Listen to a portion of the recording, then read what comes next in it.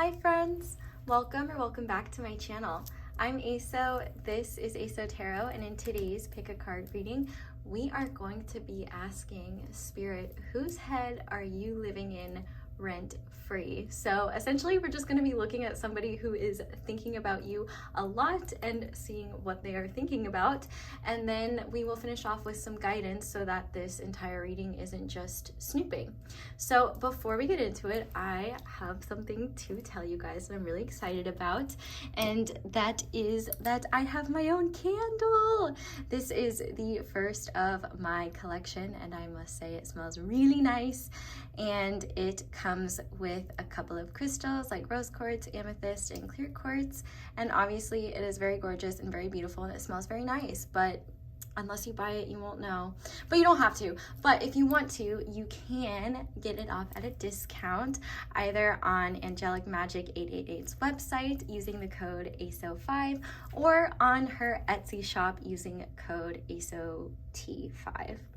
So if you are interested in this candle or any of her other candles, definitely go check them out. I figured we would light this candle together because she is our first, and this is actually going to be a monthly thing. So this unicorn love candle is just the first in my collection with Angelic Magic 888. So if you guys do get it, I really hope you like it, and yeah, I hope you find it cute and visually appealing anyway.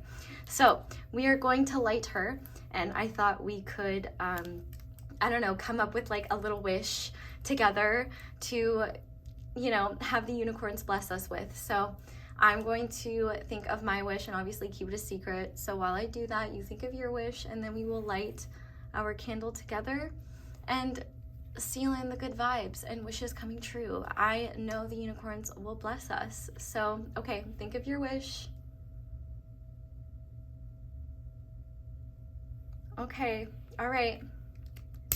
May all our wishes come true. May the unicorns bless us. And may this candle light so I don't look like a flop. Okay, so let's go ahead and get into the reading now. We have 4 different piles for you guys to choose from. Starting with pile 1, we are going to be using Britt's Third Eye Tarot, and I have this piece of blue fluorite on top. And then for pile 2, we are going to be using the Naked Heart Tarot, and I have this tiger's eye crystal on top. Little brain fart there. And then for pile 3, we are going to be using the Way of the Panda Tarot, and I have this Atlantisite heart on top. And then finally for pile 4, I am going to be using the Anime Tarot, and I have this Charoite sphere on top. So go ahead and pause the video if you need to decide which pile you feel most drawn to, but you can absolutely pick more than one. You know, you just might be a popular person, and you might be living rent-free in many people's heads. So take what resonates and feel free to check out multiple piles. We will be looking at who the person is in each pile. So if you're like, I have no clue who this person is, I mean, you could be living rent-free in their head, but that might not be your reading, or you might have the opportunity to hear about multiple people today. We will just have to see. So once you picked your pile or piles, you can scroll down to the description box or the comment section, where I will have all the timestamps listed below, and I will also have links to my beautiful, amazing candle that I know you want. So that will be there as well. So that is all I have, and that is where I'm going to leave this. So go ahead, figure out what you're drawn to, pick your pile, pick your timestamp, and I will see you in your reading. Hi there, pile 1. Welcome to your reading, and thank you so much for being here. If you guys chose the blue fluorite and Britt's Third Eye Tarot, this is going to be your reading on whose head you are living in rent-free. So let's go ahead and see who this person is. If this sounds like you, if you want to, feel free to stick around. Let me know how accurate it is, me reading your thoughts. But ideally, this is someone you know. This is the energy check part. And then once we look at that and we have established who this person is, we will look at what they're thinking about you and all that jazz. I also decided last minute that we're going to pull some letters and numbers just for extra confirmation, but let's just go ahead and get into it. So to start, we have the Flame, we have Play, we have Your Dreams Are Closer Than You Think, we have It Gets Better, and we have the Devil. So in terms of signs, we do have fire energy, Aries, Leo, Sagittarius, and we also have Capricorn energy with the Devil. But this is definitely someone that you have a connection with. It's highly unlikely that this is just like a platonic friendship, but I do get the vibe that this is someone, like, at the very least, you are like are or were friends with benefits with, all the way up to like dating or were dating. But I don't feel like this is a connection where things have like ended horribly and you guys are not on bad terms, though that could be the case. The vibe that I'm getting from this person, though, is like if there has been any issues between the two of you, I don't think it was because of you or anything like that. I think that it's quite likely that this person may have pushed you away or maybe just has been more unavailable. But like I feel like I get the vibe of like if this is your pile, like even if there have been complications or things are kind of up in the air, there's like no hard feelings. Like this person doesn't have any hard feelings towards you. They definitely have hard feelings towards themselves, but like this is very much an energy of someone who feels like they're maybe not worthy of you or not worthy of what they want in life. The vibe that I'm getting from this person is that they've been taking themselves way too seriously. And the fact that we have the Devil card here, I think this person has just become very aware of, you know, in the words of our Lord and Savior Taylor Swift, it's me, hi, I'm the problem, it's me. And I think this person has just had this season of like bright lights and hard truths where they're kind of just realizing how they haven't been enjoying life and they have 100% been pushing away good things because they are afraid of either ruining them, they're afraid of losing them. And I think that this person has kind of coped with this self-sabotage energy by investing everything into their career or whatever they're very passionate about. I almost feel like their career has been a huge mirror of their shadows. And I think one thing that they're realizing is that their success is assured. And in fact, they're actively making their life more difficult by pushing away positive, fun, and joyful experiences. The fact that we have the sacral chakra here with Play, I do feel like you and this person have a vibe with one another where like there's definitely attraction, a lot of fire, and I think that this person has a lot of fun around you. And I think that this person, it probably depends on how well you know them and how much you have like bared your souls to one another, but I do feel like this person has maybe made assumptions about like your success or where you're at in life and just kind of assumed that you either don't have similar problems or the problems that you have faced, like you couldn't possibly understand what they're going through, like, you know, they are the only person with problems in the entire world. And like they recognize now that's not the case, but I do think that this person can get very sucked into their own perspective. And I almost feel like this person can be kind of addicted to shaming themselves or beating themselves up. It's almost like they, I think for a long time they didn't really feel anything. And so like at least that made them feel something. But I do think that this person will kind of look when we look at what's in their head. I do feel like this person has recognized that they have a lot of things that they need to heal, and I think that this person has recognized that just because they are flawed like everyone else does not mean that they need to like push away life and push away things that they enjoy. So I feel like with this It Gets Better card, I feel like they may be looking at you as someone who has inspired them to heal in some way or to look at their shadows and their wounds. Side note, I'm obsessed with my nails. Anyway, I do feel like they are actively trying to heal. And I think they're trying to have a more positive mindset. And the beautiful thing about the flame to me too is that this isn't just fire and connection to me. This is also like drive and passion, purpose, a reason to live. And I feel like this person maybe in the past was using their career or their desire to succeed in their career as their motivating factor for working and moving forward, and just kind of the driving factor for them in their life in general. And I think now they're kind of realizing that that is not a positive way to live. Like they were kind of, I feel like in a lot of ways, working themselves to death. And I think that they'd also been using work as kind of a way to escape. And so now there's kind of this awareness of like, I need to stop taking myself and life so seriously, because not only am I missing out on it, but life is not just meant to be work. It's not just meant to be pushing yourself to some insane degree. So I feel like now they're kind of awakening to a truth about themselves where they're like, okay, I need more room in my life for passion. I need more room in my life for fun. Like my dreams are coming. Like I feel like this person has is naturally very motivated, and I don't really think they need to be too worried about like whatever they're working towards not working out. But I feel like this person maybe just felt like they didn't deserve to have fun, or couldn't just take it, like it's like they couldn't just take things lightly or not take things seriously because they were taking themselves so seriously, if that makes sense. But this is definitely someone that like there is a lot of attraction to, and I think that you and this person have a lot of similar goals.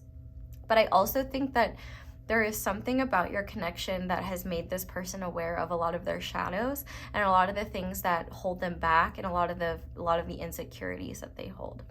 So to go a little bit deeper into confirmation, I'm just gonna pull some letters and numbers from my little blue bag. Let's see. Spirit, what letters and numbers are related to this person that pile one, this person's head that pile one is living in?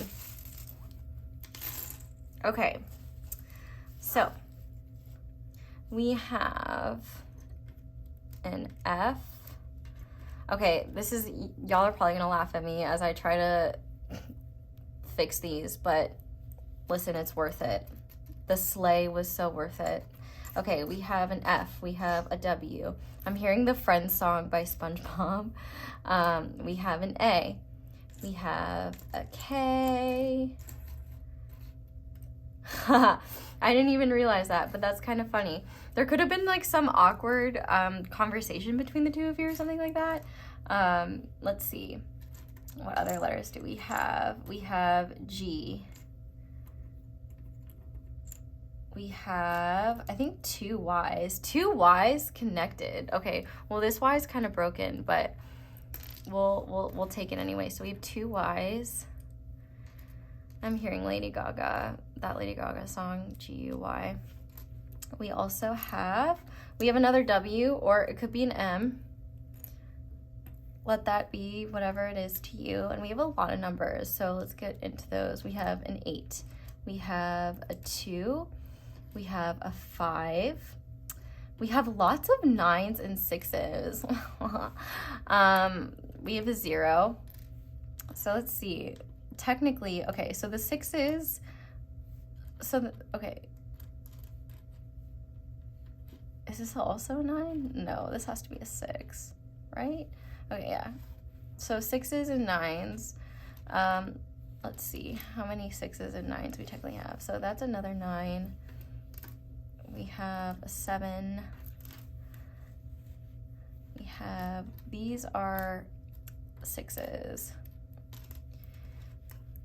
Which I think is a great opportunity, since we do have 666. That's a wonderful opportunity for me to get on my soapbox and talk about the fact that there is no such thing as bad or negative numbers. And actually, the number of 6 has the vibration of love, beauty, and abundance. And I think it's just really interesting that these would all come out with the devil. So like this person could have a lot of discomfort around accepting good things in their life because they may feel like they don't deserve them, or they may just feel like they may feel uncomfortable with positive things in their life, like they don't deserve them, or that they need to like earn them in some way. but we also have another 2 as well. So just to reiterate letters, we have FAWW. You can make those M's if you want. KGYY. We also have 228057. Oh, we have 2 zeros. And we have 666 and 99. So do with those what you will, but if this sounds like a person you know, we're gonna go ahead now and see W-2s. Someone's gotta fill out your W-2. Do that. Tax season's coming up. If you're in the States, I don't know about anyone else's tax laws. But anyway, okay. Let's go ahead and see what this person is thinking about you and see why you're living in their head rent-free. So, while I shuffle, I do just quickly want to give a huge shout out to everyone who likes the video and comments down below and, you know, just sends good vibes. Liking the video is just one of the most helpful ways. Oh my god, that was a flop shuffle. It's one of the most helpful ways that you can just like support me and my channel and just like let me know that you're enjoying certain types of videos. So thank you to everyone who does that. Yeah, this deck does not want to be shuffled, my goodness. But yeah, just shout out to you guys. Thank you for doing that. If you just want to show appreciation, help me out, leaving a like or a comment, subscribing, some of the most helpful things you can do for this old gal. Also, if you're interested, check out my new candle that I'm very excited about. Okay, there are details about that in the intro. I will tag that. Can we get like one that's not a flop? Okay, come on now. All right. Oh yeah, look at that. There we go. That's the shit I'm looking for. All right, let's see. Spirit, why is pile 1 living in this person's head rent-free? What are they thinking about when it comes to pile 1? Okay, we have Judgment in reverse. We have the Knight of Pentacles in reverse. We have the Sun upright and the Wheel of Fortune upright. Don't start freaking out, okay? Reversals are just fine, okay? And you saw me shuffling, okay? Don't be coming for my neck in the comments about reversals because there's just no reason to get stressed. Okay. One more, Spirit. We have the Moon upright. Okay, very interesting. Can we clarify Judgment in reverse, please? We have the 4 of Cups. How about the Knight of Pentacles? Oh, okay, we actually have 2 underneath the Knight of Pentacles. We have the 10 of Swords and the Ace of Wands in reverse. We have the Sun. Can we clarify the Sun in reverse, please? We have the 10 of Wands upright. Clarifying the Wheel of Fortune in reverse, we have the 5 of Cups in reverse and the 2 of Swords in reverse. And can we clarify the Moon, please? We have the 7 of Cups in reverse. Back of the deck is the Devil in reverse, so that's very interesting. All right, so clearly there's a lot going on, as we can see. And actually, the biggest vibe that I'm getting, and Spirit was kind of telling me this as I was shuffling, is that a lot of these things are not necessarily conscious thoughts, but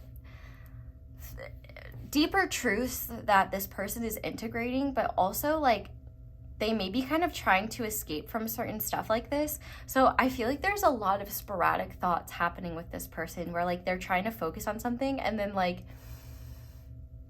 it will connect to something related to your connection, or like your energy will pop up and that it will bring about these things. So the overall vibe that I'm getting, just starting with Judgment in reverse and the 4 of Cups upright, this person is definitely kind of like, I wouldn't say trying to avoid thinking about you, but I do think that there is clearly a lot that this person hasn't integrated yet in terms of their awareness as to why you are in their head so much. I also think that this person may like reflect on past experiences with you and kind of like cringe at themselves or judge themselves in certain ways where they might be like, I can't believe like I said or did that, or I wonder if they thought I was like an idiot or something like that. But I also think that this person has this realization that there's something that they're not seeing, but they don't know what it is. And I feel like with the Four of Cups being here,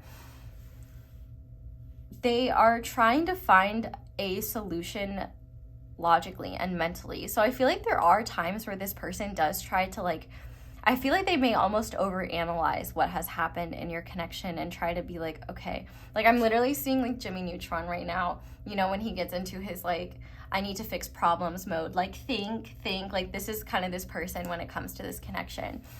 And with the Knight of Pentacles in reverse, I think that this person is thinking about the fact that like they're not consistent, and also the fact that I feel like there is a lot of insecurity with this person, but also I think there is a fear of consistency with you because of the fact that I don't know if when this connection started, like this person was anticipating like the connection that you would end up experiencing. But I do think that with the Ace of Wands in reverse and the 10 of Swords in reverse, I do think that this person has reached a level of burnout that maybe you warned them about, or maybe that they just realized like there could have been something that you told them in the past related to how much they work or related to just their behavior in general that was like, oh, that's not healthy. Or maybe, and it may not even had anything to do with them, but maybe you brought up something about like the way that you work, the way you operate, and the fact that like you were really dealing with burnout, you were really overwhelmed.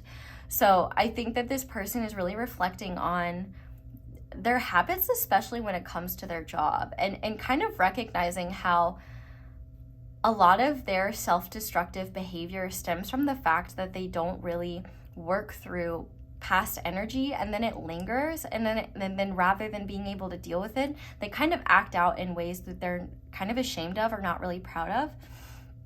But also at the same time, it's like it's become not just a habit, but a pattern that they know they need to break. And it's kind of like, okay, so how do I break this pattern? Like something needs to change here, but they're still kind of not looking outside the mental body. Like they're looking for logical solutions to something that seems to be very energetic and emotional, which may not be very effective. That being said, I think it's really interesting that we have the sun and the moon. So I feel like this person is thinking about the fact that good things in their life are incredibly overwhelming to them. The fact that we have the 10 of Wands clarifying the sun in reverse, I feel like this person is afraid of happiness, afraid of things that make them light up with joy because they're afraid of losing that.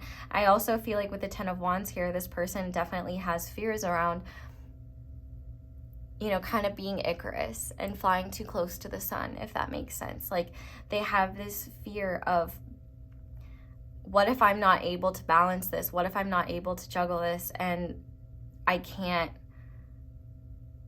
give pile one what they deserve, or I can't invest the energy that pile one deserves? I do feel like with this sun being in reverse and the 10 of Wands upright, I think that this person is a bit overwhelmed with their like passion towards you. It's like so much more passion than emotion, because I feel like this person is really blocked emotionally, but this person can't get over like, I hate to say this, but like the vibes between the two of you, the energy that is between the two of you. It's just very light, and this person, and I don't think that this person is either used to that or they haven't experienced something like that in a long time. And I think that this person has always kind of, or not always, but I would say within the past few years or so, they've been very comfortable in their uncomfortable way of living, where they kind of do beat themselves up, where they are kind of stuck in this sort of darkness. And, you know, the light can be very blinding and it can be a little bright. And I feel like this person was a lot more comfortable kind of dealing with their own demons in the dark, so they didn't have to see things as clearly. And there is definitely a lot that your connection with them has exposed to them that is very overwhelming for them to deal with. And I also think there's an element of this where they may just not have enough time and energy for your connection in their life, and it may be overwhelming to them. Like, I don't want to mess this up, so I don't want to commit any time or energy unless I know that I can actually give it. But there's a lot that's very overwhelming to this person, and I think one truth that you have made them realize is the fact that they are not happy with how they're living their life, and they're not enjoying their life in general. And I think that there is something that they admire about the way that you live and the way that you're living your life, where this person is like, how does Pile 1 do it? Like, I don't know if I can be on their level, if that makes sense. But with the Wheel of Fortune in reverse and the Two of Swords in reverse, as well as the Five of Cups in reverse, I do feel like this person is acknowledging the fact that they're not in the greatest space right now. And they do feel like if this person has stepped away from you or is not really engaging with you in a connection right now, it's because they feel like it's the right thing to do. They feel like it would be unfair to, like, they don't want to lead you on. They don't want to promise time, energy, and attention that they can't give. And I feel like with the Wheel of Fortune in reverse as well, I feel like this person is really reflecting on the fact that they may have done you wrong, or they may have treated you in ways that they really regret. I feel like they see you as someone that they are connected to in a deeper way than just like attraction. But I also feel like this person is afraid that they may have messed up their chance with you. And honestly, the fact that we have so many reversals here, I feel like this person is looking back on your history together and just whatever has transpired between the two of you. And I think that they are having a lot of, they're starting to have clarity on how their behavior may have played into certain dynamics. But I also think that this person is like trying to not think about this, but it's a fear that comes up a lot of, what if I have ruined this connection? Like, what if I have, what if I don't get another chance? Or like, what if Pile 1, you know, moves forward or finds someone better, which is something that they are very willing to accept, because I feel like there is a part of this person where they kind of recognize they've made their bed, they have to lie in it, but also they really recognize that they can't change the past. And I think that there is a part of them that's really, really, really disappointed with how they've behaved, and also disappointed with how, I'm hearing it being described as like how far gone they've been, but I feel like this far gone energy is related to their mentality, and especially a negative mentality. But I'm also hearing that So Gone song. Like, is it called So Gone? Spirit has been trolling me recently with like song and book references. Like, I was trying to remember a book about a rainbow fish, could not remember the name. Literally, it was called The Rainbow Fish. So like, I don't know. I just know the first part is like So Gone Over You. And there was like a trend a while back where people were like kind of freestyling their own lyrics to the beat of that song. So that song is coming through. So Gone Over You is a really good song, but I feel really bad that it's probably called So Gone, and I'm probably just like overthinking things. But I do think that this person is definitely overthinking things. I think that they do get in their head and they start to fear. And I actually almost think that this person may be trying to get sober if they have imbibed in substances a lot, or they may be avoiding certain substances, because there could be certain substances that get them in their emotions more, and that make them, which I hit my water bottle, which does have this like starry celestial vibe to it. And so I almost felt like that was Spirit's way of saying that definitely nighttime, I think, is when they think about you the most. And I actually think that this kind of goes, I think it's really interesting that we have the sun and the moon, because, you know, those are very yin-yang-y energies. And I feel like during the day, this person has so much to juggle that they can kind of keep the thoughts of you at bay, or like thoughts about this connection at bay. But it's like when the night comes out, when the moon comes out and the night happens, when the nightman cometh, oh God, I hope the nightman is not come a thing, but maybe It's Always Sunny is significant to this connection. I do feel like this person can't help but kind of face things about this connection that either you guys haven't like buried the hatchet about, or this person can't help but like be in their feels. There's really this kind of lonely energy where they're like, I do think there is a bit of kind of wallowing here, where especially once this person is not sober, they don't have the same mental defense mechanisms to kind of redirect themselves. And so it's kind of like they have no choice but to wallow a little bit. And I do think that full moons are especially extreme for this person, where I think a lot of their flaws, a lot of the things that they don't like about themselves come out. And I think that part of the reason why you live in their head rent-free is because they do like miss you. They miss your energy. And I feel like there's just a lot of regrets that this person has, especially over things that they never told you, or things that they didn't realize until what they're saying is until it was too late. But ultimately, I think that it's really interesting that you're living in this person's head rent-free, because it's almost like, I definitely think they put you on a pedestal, and I think they see you in a very high light. And I think actually your light is something that shines awareness on their shadows. And I definitely think that you are serving as a very intense mirror, because this is not the only devil card that we have a mirror in. We had that in your oracle card as well, which I think is so interesting. And so I think that this person, like, you're living in this person's head rent-free because you are a catalyst for healing, growth, and evolution for this person. And I think no matter what, they do recognize that they need to change. And I think there's sincere gratitude for what you've shown them. But at the same time, I think there's a lot that this person hasn't forgiven themselves for, in terms of like, either they feel like you deserved better, or they should have treated you better, or they wish they had more to give. It's hard because I feel like there is one part of this person that literally just like wants to rush towards you and like gush about everything that they haven't been telling you, just let you know like everything that's going on in their life. But there is another part of them that is definitely more dominant and more powerful within them right now that says it's not safe to do that. I need to work through my issues on my own. And I do feel like with Judgment in reverse, this person is still very uncomfortable with the things that they're realizing about themselves.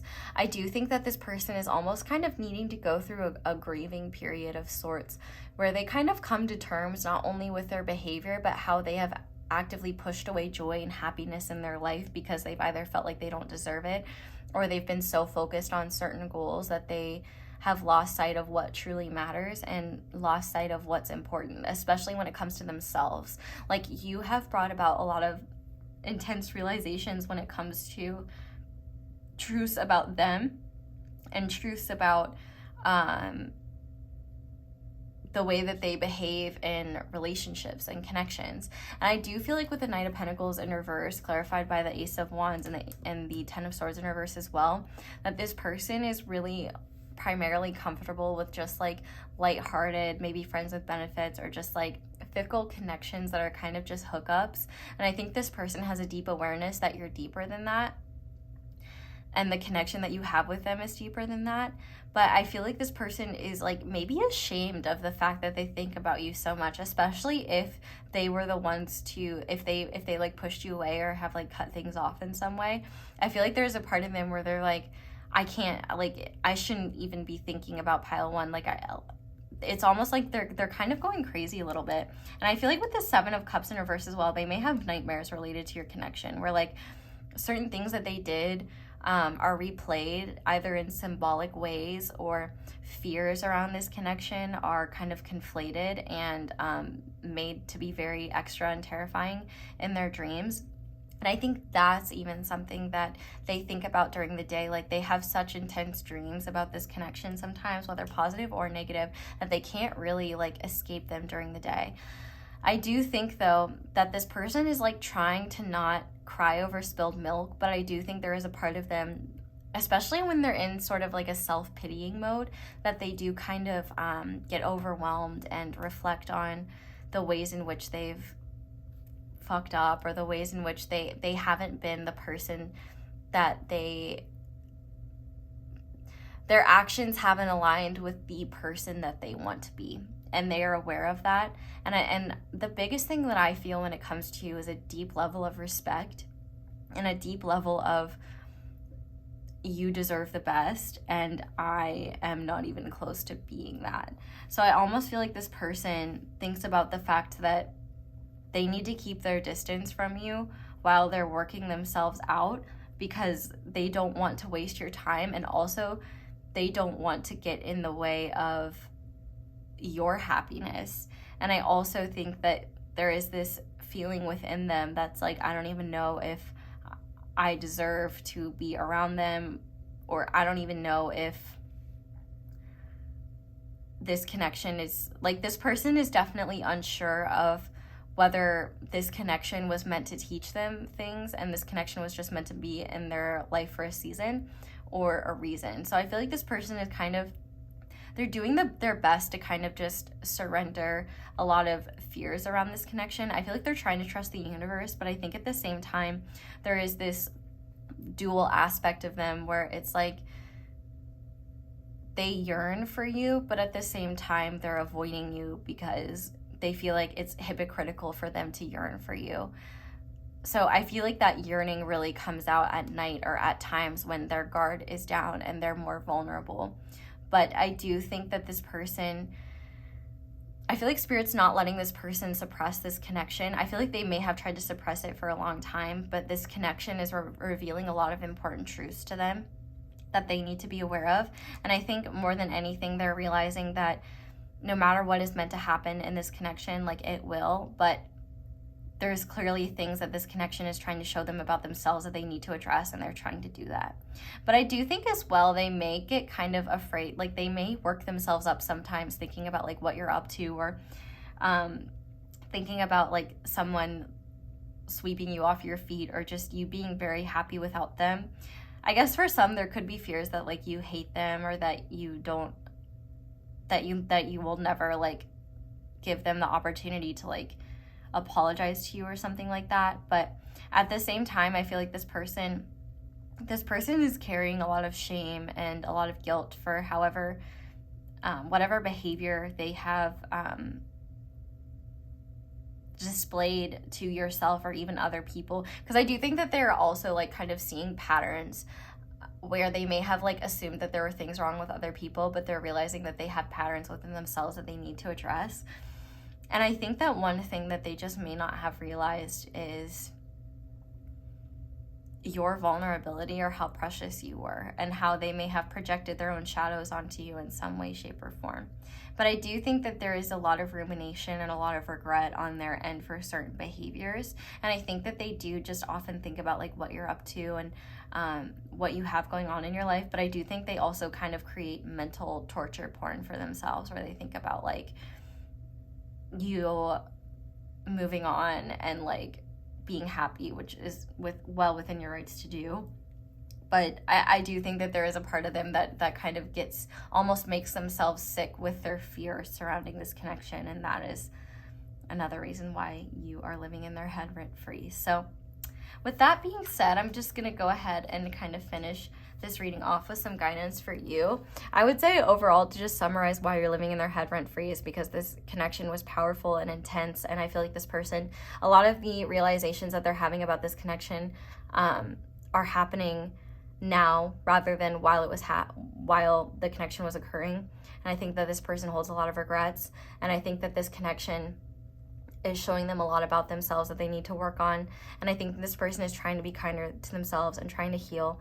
But there is a part of them that is very ashamed of maybe just kind of like how much they let themselves go in terms of like a negative mindset, and in terms of their jadedness towards the world. And I think that there's just this energy where they feel like you didn't deserve certain things. And I feel like, if anything, you're a huge inspiration for them to want to become a better person and get their shit together, because I feel like they've seen you transform and grow in some way that really inspires them. And I feel like it has made them realize that they have really been holding themselves to mental limitations that do not reflect reality, and they've been stuck in illusions that have been keeping them small and miserable. And your light and your energy has brought a lot of awareness around that, and it's uncomfortable, but it's very needed for this person to heal. But speaking of light, let's talk about how you can work your light with this deck. So we're just going to finish off with some guidance for you and see what Spirit wants you to know right now. So Spirit, what guidance do you have for pile 1 in life in general, or this connection? Just take it how it resonates for you. So we have Sisterhood of the Rose, Beauty and Devotion, Priestess, Mystic, Teacher. So I definitely think that this is just guidance to keep focusing on your feminine energy. Doesn't matter what kind of body you have, everybody has feminine energy. And I think that you're really just being guided to trust in your own spiritual connection and to keep investing time and energy into the things that make you feel good, the things that lift you up, the things that make you feel beautiful and devoted to yourself. Like, keep up those self-love routines, keep up whatever spiritual routines you have. I definitely think, like, if this connection is in your mind a lot too, it could be because this person is thinking about you a lot, but it could very well be that this connection is trying to get you to see things about yourself as well. And so I do think that if you feel called to divinate or look into anything around this connection or just life in general, feel free to do that. But I also am getting another message that you may be manifesting soul family right now, or people in your life that you can connect with on a really deep level. So just know that's happening. Or if you thought of anyone specifically that you already know, that might be a sign to reach out to them. What else? We have Pleiades, double mission, channeling and uplifting humanity. So you could be a Pleiadian starseed. I can never say that name right, but also I do think that Spirit is saying that you do have an important spiritual purpose on this planet, which is channeling higher guidance, channeling spirit, and uplifting humanity with it through whatever form that is for you. It could be through any of these topics, like being a mystic or a teacher or a priestess, but it could also just be through art. It could just be through being yourself. I do feel like Spirit is definitely recommending that you continue to ascend and focus on your light. This person, like, literally just you focusing on your light is enough to make this person grow. And I feel like Spirit is just saying, like, if this person is meant to catch up with you, they will. But let's just get one more. Oh, beautiful. We have protection.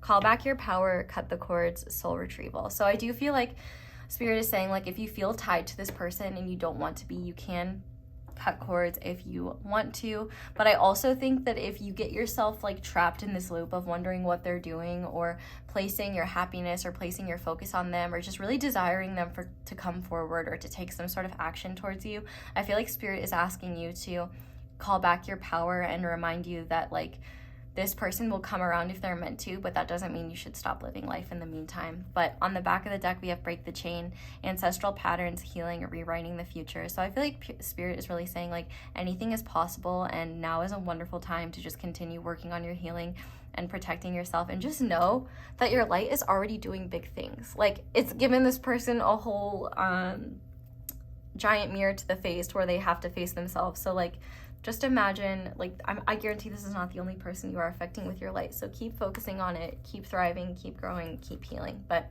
pile 1, that is where I'm going to leave this reading. Thank you guys so much for watching, and thank you so much for letting my ads play in the background while you do something else. That is one of the simplest and easiest ways to support me and my channel. So thank you to everyone who does that. But if you'd like to support me in other ways, you can check out my candle. You can comment down below, let me know how it resonates. You can like this video, and you can subscribe if you haven't already, and click that little bell notification to be part of my notification squad. Shout out to my notification squad. You guys are the best. If you want me to see your comment, I usually see comments when I first upload, so I would be part of my notification squad if you want to do that. I also have merch, and my social media is linked down below, though do beware of scammers that impersonate and pretend to be me. I do not offer personal readings, and I will never solicit one through your DMs. I have plenty that I need to respond to myself that I have done. I wish I had time for personal readings, but unfortunately I don't. But that's all I have for you guys. I hope you enjoyed this reading, and I hope it resonated. I hope you all have a wonderful day or night whenever it is that you're watching this video, and I hope you'll come back and see me again soon. Bye! Hi there, pile 2. Welcome to your reading, and thank you so much for being here. If you guys chose the Tiger's Eye and the Naked Heart Tarot, this is going to be your reading on the person whose head you are living in rent-free. So let's go ahead and see who this person is. If this sounds like you, please feel free to stick around because I would love to know how accurately I am reading your thoughts. But obviously, if you don't know who this person is, this message may not be for you. Unless it is, just take what resonates. But let's go ahead and see who this person is. So to start, we have the Lover. We have Flow. We have Dream Travel. We have Connect. And we have the Star. As soon as I laid out the Dream Travel card, I started thinking about the cinematic classic Shark Boy and Lava Girl, where the main character, what's his name, Max, is like, he took my dream journal, and or something like that. So dream journals could be significant, but or Shark Boy and Lava Girl, totally snubbed at the Oscars, still not over that. I mean, come on, George Lopez served in that movie. Anyway, this is definitely a platonic connection. If you can read my sarcasm, obviously I am lying here, but this is definitely someone that you have a saucy connection to. This is definitely someone who you really get along with, and the vibes are definitely immaculate between the two of you. Now, what your status is with this person could vary widely, but I feel like this Lover is not just talking about your connection with them. Like, they could be a lover, or but this person is someone in general with just a lot of love to give, period. Gives me kind of Pisces vibes, I'm not gonna lie, but they could be any sign. I feel like in general this person is kind of thriving in their life right now, and I feel like this person just has a lot of good in their life. Like, they are in their swan era. Like, if they were an ugly duckling, that does not matter because they're in their swan era now, especially with the Star being here.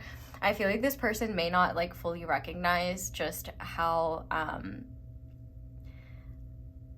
much people admire them. Like, I feel like this person is held within really high esteem, and I think that people see this person as like very precious and like very sweet and just full of love, and I would say you probably see this person that way as well. I think with a Star, it's quite possible that this person either is like very popular in their area, or they could have some social media popularity, or maybe they're a full-blown celeb. I don't know who I'm channeling, but I do know that this person is definitely greatly admired, and they seem to be really successful right now. I'm kind of like gagged by the fact that I don't even say the word gagged, so maybe they say this, but how similar these two cards are with the Star and the Lover. I feel like this person really inspires people, and I also think that they're greatly admired and, just like I said, held to a really high, they're viewed very highly, and I think they hold themselves to very high standards. I also think that this person is someone who just is so caring and so nurturing, and I think with this Connect card here, I think a lot of people connect to this person, but I think you and this person connect in a way that a lot of people either do envy or would envy, because there is just kind of, you know, the fact that there's one heart between these two people. I really do feel like this person would see you as a lover as well, and I do think as well they are somebody who, even if like you're not talking to them, like they have so much love for you even at a distance. I feel like this is someone who is very emotionally healthy in terms of they've done a lot of work on themselves, and I feel like this person may get criticized for being like too positive or too optimistic at times, or like always seeing the silver lining, but I don't think they've always been that way. I think that was a conscious choice for them to grow and evolve, and I can't help but notice all of the yellow. I do think that they have done a lot in terms of working on their self-esteem and seeing their own worth. I definitely think that they have focused a lot on their own self-love. And I also think this person is learning how to let go of control and go with the flow. I think that they're very creative, and they could actually do something with their creativity, but I think no matter what, they're like very focused on just making their life just radiate the love they feel inside and just making life good in general. With the dream travel card here, I would say this person pops up in your dreams a lot, or vice versa. Maybe they tell you about that. They're like, oh, hey, you were in my dream. But it could also be that this person just has like very vivid dreams, or maybe they sleep a lot, or maybe they're just a very like going back to that kind of Piscean energy. They're very spacey. They have a lot of dreams, or they daydream a lot. And there could be a dreamy vibe to them. But I do feel like this is someone who this is definitely someone who pops up in your dreams, or at the very least, like, they have really vivid, intense dreams that they've probably told you about if this dream card is coming up. But I think this dream card is definitely coming up because also you pop up in their dreams and they pop up in your dreams. I think that this is a mutual thing going on here. But I definitely think that they, despite the attention or recognition they get, I do feel like they don't see themselves, like, I would say they probably still see themselves a little bit as the ugly duckling. Like, they try to, I feel like they're trying to build themselves up, but they have a hard time doing that. I just feel like this person, one of their love languages is just giving their love away, like, and not just in like random ways, but I just feel like this person has a lot of care for what they do, and they invest their time and energy in the things that they truly care about. And I also think that this person, they may be very like passionate about doing things that they love and creating a life that they love, because they could have been in a position at one point where they were stuck in a lot of darkness and thought that maybe they didn't deserve that. They did have low self-esteem. Like, I feel like this loving energy that radiates from them is not something that they've always had, or something that they've just always cultivated naturally. I do think that they could have done this naturally when they were a child, but I do think, just lifing could have had a really challenging impact on them. And I do think that they've had to kind of walk through the valley of the shadow of death and come back. And I feel like they've gone through a really intense transformation that has made them realize that like what is life worth living if I'm not loving it, if I'm not enjoying myself. And I feel like with this flow card, this person is definitely following the flow of life, but I also think that this person is following the flow of this connection.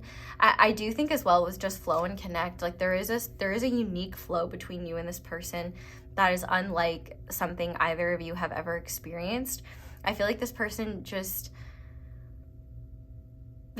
accepts the love that they have for you and accepts however this connection is transpiring. There's actually this really beautiful energy where I feel like no matter what your status is with this person, they're very surrendered in the fact that their love for you is not held to conventional traditions, and that they are just grateful to have the connection with you that they do. And I feel like there's this patience about them where they're like waiting to see how things unfold.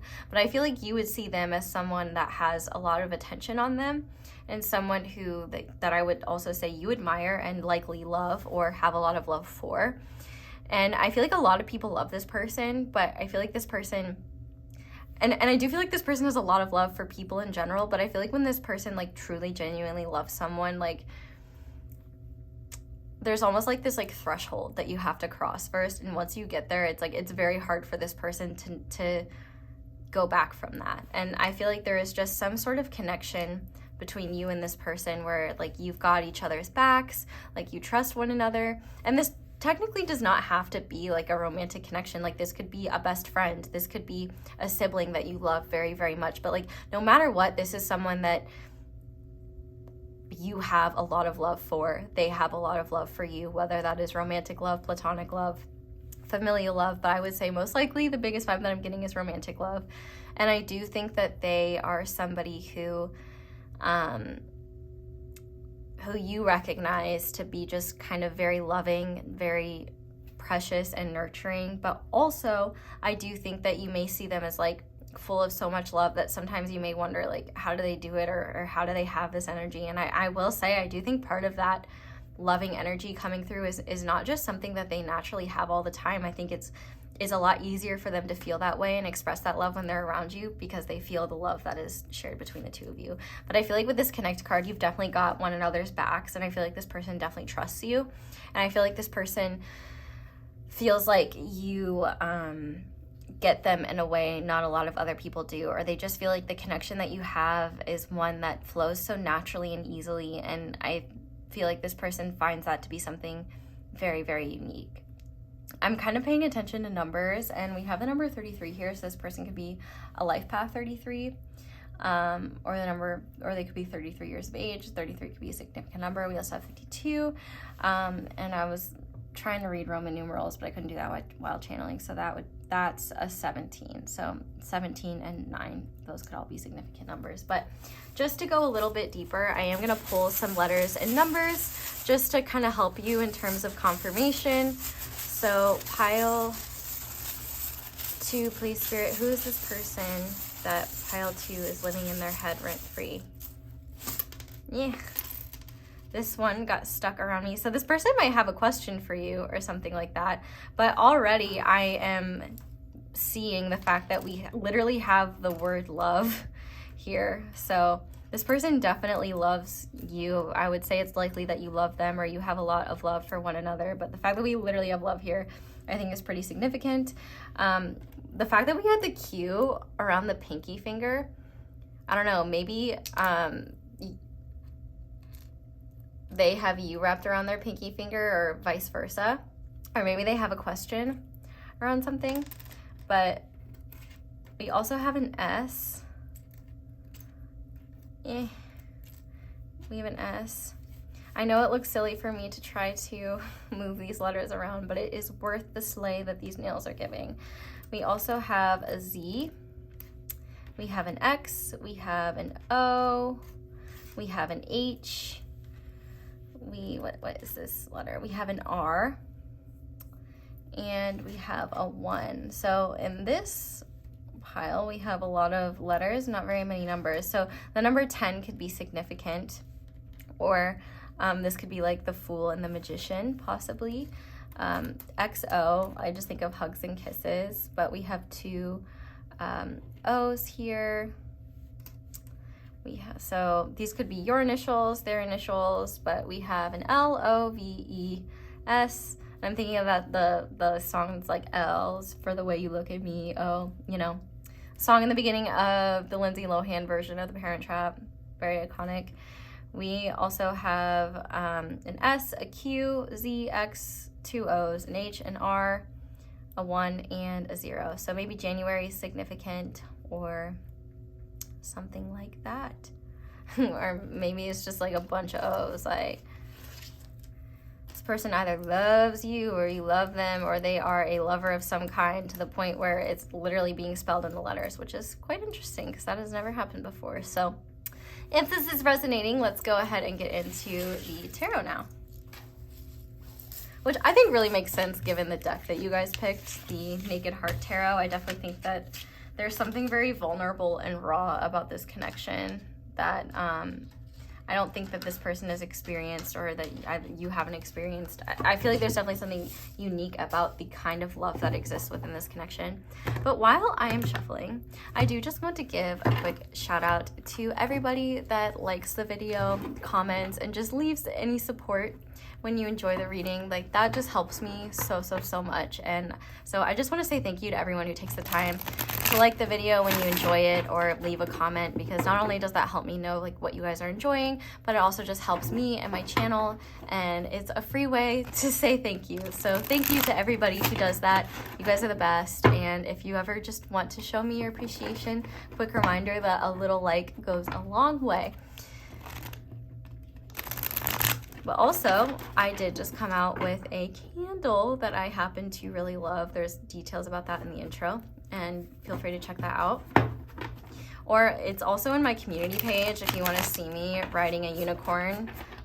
It's very real. It was a photo shoot. It totally was not photoshopped at all. It was very real, just caught in the wild and super authentic. So if you want to check that out, that's over on my community page. But we are going to go ahead and give this one more good shuffle, and then we are going to see what this person is thinking about you. So, I mean, it kind of makes sense why you'd be living in this person's head rent-free, because clearly they love and adore you, but let's go ahead and see. So, Spirit, why is pile 2 living in this person's head rent-free? Okay, so we have the 2 of Swords in reverse. Why is pile 2... There we go. Like I said, this, I don't know why. The fact that there's two bald eagles here, like I just hear in my head like, America, fuck yeah. There's like actually this specific like video I've seen of like this bald eagle carrying like 2 machine guns to that song and like shooting to the beat. It's like very funny. I wish I could find it. If anyone does know where it is, well, I would say link it, but links are blocked. So if I remember to check, you can try to link it. I'll try to release it. I don't know. It's very funny. Let's see. Yeah. We have the 10 of Wands in reverse. So why is this person living in pile 2's head rent-free? Or why is pile 2 living in this person's head rent-free? We have the King of Cups. And we have Death. Okay, let's see. Can we clarify the 2 of Swords in reverse, please? Okay, we have 2. We have the World upright and the Tower in reverse. Can we clarify the Lovers? We have the 6 of Swords in reverse. Can we clarify the 10 of Wands in reverse? Okay, all right, okay. This seems to be all together, so I'm gonna take these. So what do we have clarifying the 10 of Wands reverse? We have the 8 of Swords, we have Temperance, we have the 9 of Pentacles, and the 4 of Swords. Okay, so that's clearly telling a story, and we will get there. All right, let's keep going. Can we clarify the King of Cups, please? We have the 7 of Wands in reverse, and can we clarify the Death card? We have the 10 of Pentacles, and on the back of the deck, we have the Queen of Pentacles. This is really precious. I'm not gonna lie, this is really sweet and just like very beautiful. So I wouldn't be shocked if you're with this person, but if you're not with this person, man, the love here runs deep. So let's just start with, I actually kind of just want to start by like summarizing this. Like the reason why you're living in this person's head rent-free is because they absolutely love and adore you. And I feel like no matter what has happened here, there is a very powerful connection between the 2 of you that has fundamentally changed this person for the better. And if there have been challenges or difficult times with this person, or you're either not on good terms, or I would be shocked if you're on bad terms, but I wouldn't be shocked if like this is an example of something where it's like right person, wrong time, or if you are like, if there is a lot of love here, but maybe you're both like living life. Like I wouldn't be shocked if there's something like that, but I also wouldn't be shocked if you're with this person or seeing this person, because this person like absolutely loves you. Like you are a big inspiration for them in terms of remembering why life is worth living. And I do feel called to talk about signs. Like we have so much Scorpio energy here. And Scorpio energy is very powerful and it's transformative. And I think that this person will never be the same because of you, and they're better off for it. The fact that we have the 2 of Swords in reverse with the Universe upright and the Tower in reverse, I do feel like there could have been phases with this person where they may have felt like at times this connection was like they wish that they hadn't met you. Like if there have been challenges between the 2 of you, especially with the Tower, I feel like this person could be like, why did this connection come into my life? Like I wish I hadn't met this person. But the fact that we have like the Tiger's Eye here, I feel like this connection has made this person braver and more courageous. And I feel like the biggest thing is that this person definitely used to overthink about this connection a lot, and they don't do that in the same way that they used to. I feel like especially if there could have been rocky times between the two of you, or like a particular event that really shook this person, I feel like they have kind of made peace with any past events that created turmoil in this connection or within them. The fact that we have the universe, like the World card, I feel like this person has realized that there are truths that they understand about this connection now that they don't need to overthink, that they just accept. And I do feel like there is almost this cycle of completion within this person where they're just accepting the fact that they have a lot of love for you. They're accepting the fact that this connection is something really special, and the fact that we have the Lovers and the Six of Swords in reverse. I feel like this person is thinking about the fact that, like, this is not just a connection you move forward from. And I'm not saying that, like, especially if you're not with this person, it's not like this person is sitting here waiting for you. I think that there's just a deep acceptance within this person that they will always, like, love you and have love for you. And if you are with this person, I definitely think that they love the connection that you guys have. And if this is like long distance or something like that, or you don't get to spend as much time with them as they'd like, I do think that they wish that they could spend more time being near you. And I do think that if you are in a relationship with this person and there have been some like rockier times, I think that this person has come to a satisfying conclusion around those times. And I feel like they're kind of at peace with where things are at right now. Like, they feel like things are good. But I also feel like with the universe and like the B here, this person is grateful for whatever shakeups this connection has created, because it's made them not only a better person, but they've evolved in ways that they're really proud of. I feel like with the Lovers card being here as well, this person sees you as just as powerful and capable as they are. Like, two bald eagles, like, come on. Like, they are the national animal of the greatest country on the planet. And obviously I'm saying that sarcastically, but like, you know, two bald eagles, like, come on, like, vibes. Like, these are very powerful animals that symbolize freedom. And I feel like this person has come to this really satisfying conclusion that they feel a lot of freedom in accepting their love for you and accepting just how much they love you. And like, and whether you are with this person or not, like, if you're with this person, I definitely think that there is this beautiful energy of like, maybe if they were non-committal or afraid of commitment, they realize that those fears were unnecessary because they feel free, like, with you. Like, they don't feel like they're a bald eagle being trapped by a bald eagle trapper. A bald eagle trapper. That's totally a thing. They see you as kin, brethren, but like not in a incestuous way. It's just like, we're cut from the same cloth. Like, this is a one of a kind of thing. And I think with the Six of Swords in reverse, there could be certain things that this person maybe wants to talk about, or maybe wishes that they can move forward from. But I feel like there's like this acceptance that, you know, you guys will work through things in time that need to be worked through. And I think that if you are at a distance from this person, I feel like this person is kind of accepting the fact that like their love is much stronger than any distance, and like they are willing to like, they're choosing love. And I feel like there is no like move forward without giving this their all. And I feel like if you're not with this person and you're not like in some sort of commitment with them, I feel like there's just this acceptance that they're like, listen, like, no matter what happens with this connection, I feel like there's this acceptance within them that like, I don't think that they'll ever move on from your connection. Like, I feel like there's acceptance for whatever happens, but like, they just will always have love for you. Like, they do have so much love for you. They love you so much. And like, they're not just gonna pretend like this connection didn't exist, or push you away, or out of spite, or push their feelings away. Like, there's just this acceptance of, you know, how this connection makes them feel, how they feel about you. And so there's no point in them trying to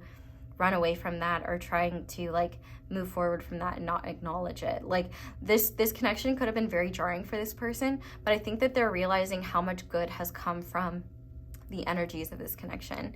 With the 10 of Wands being in reverse, I do feel like this is especially if you're not with this person, they could have been really overwhelmed by like, what are we? What are this?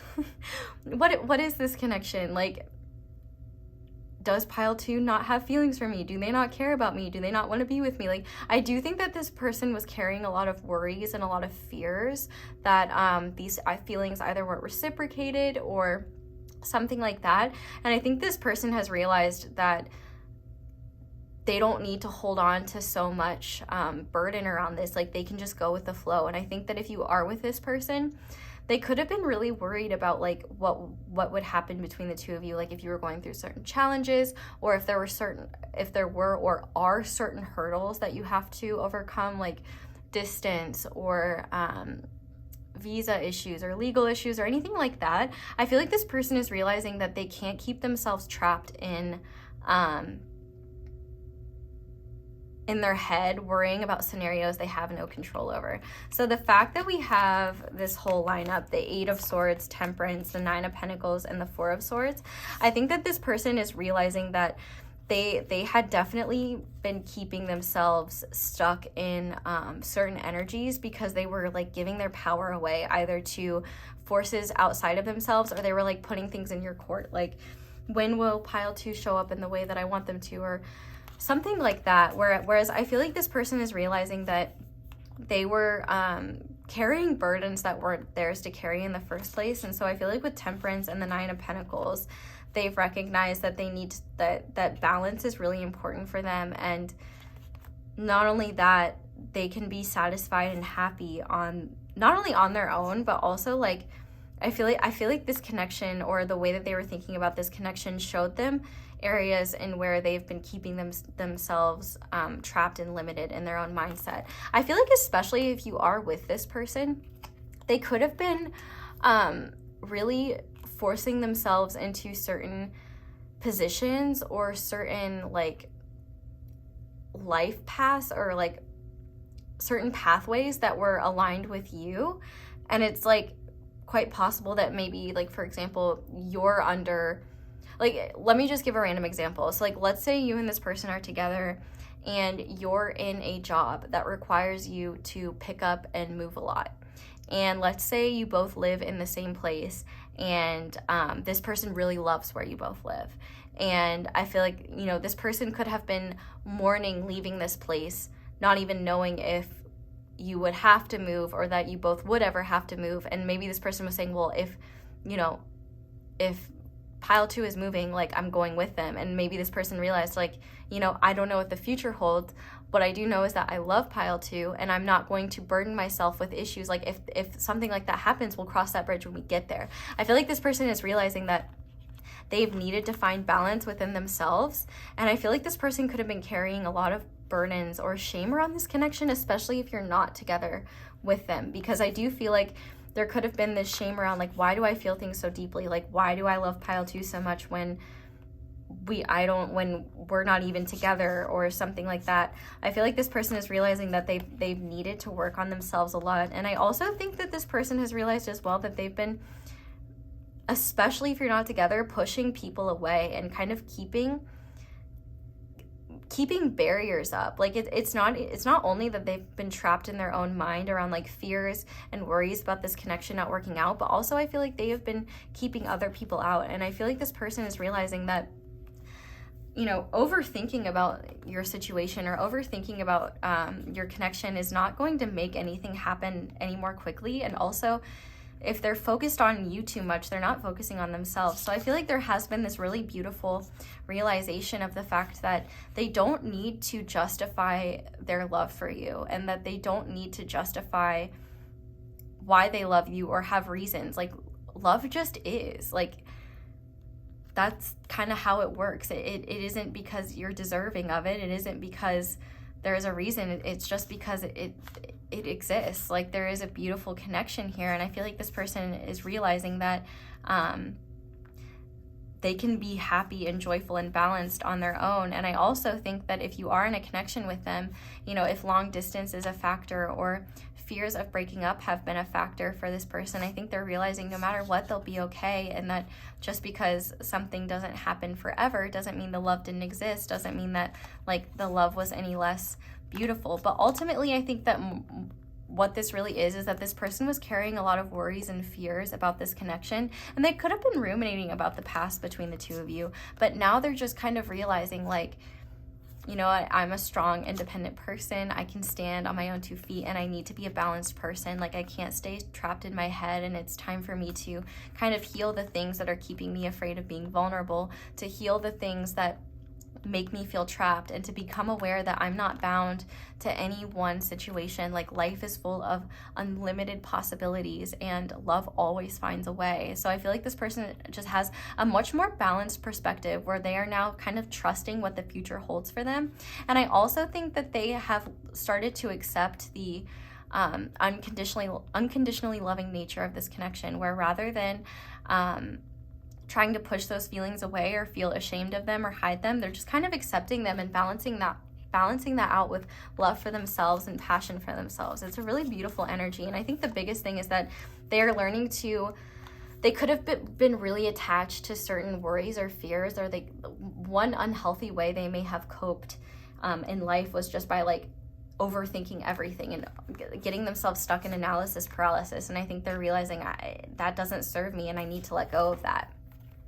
I also think with the King of Cups being here, that this person just, their love for you runs so deep, and they're tired of dismissing that. Like if this person was like, I'm gonna fight my feelings, they may have got up and tried to, and now they're like, damn, these feelings got hands.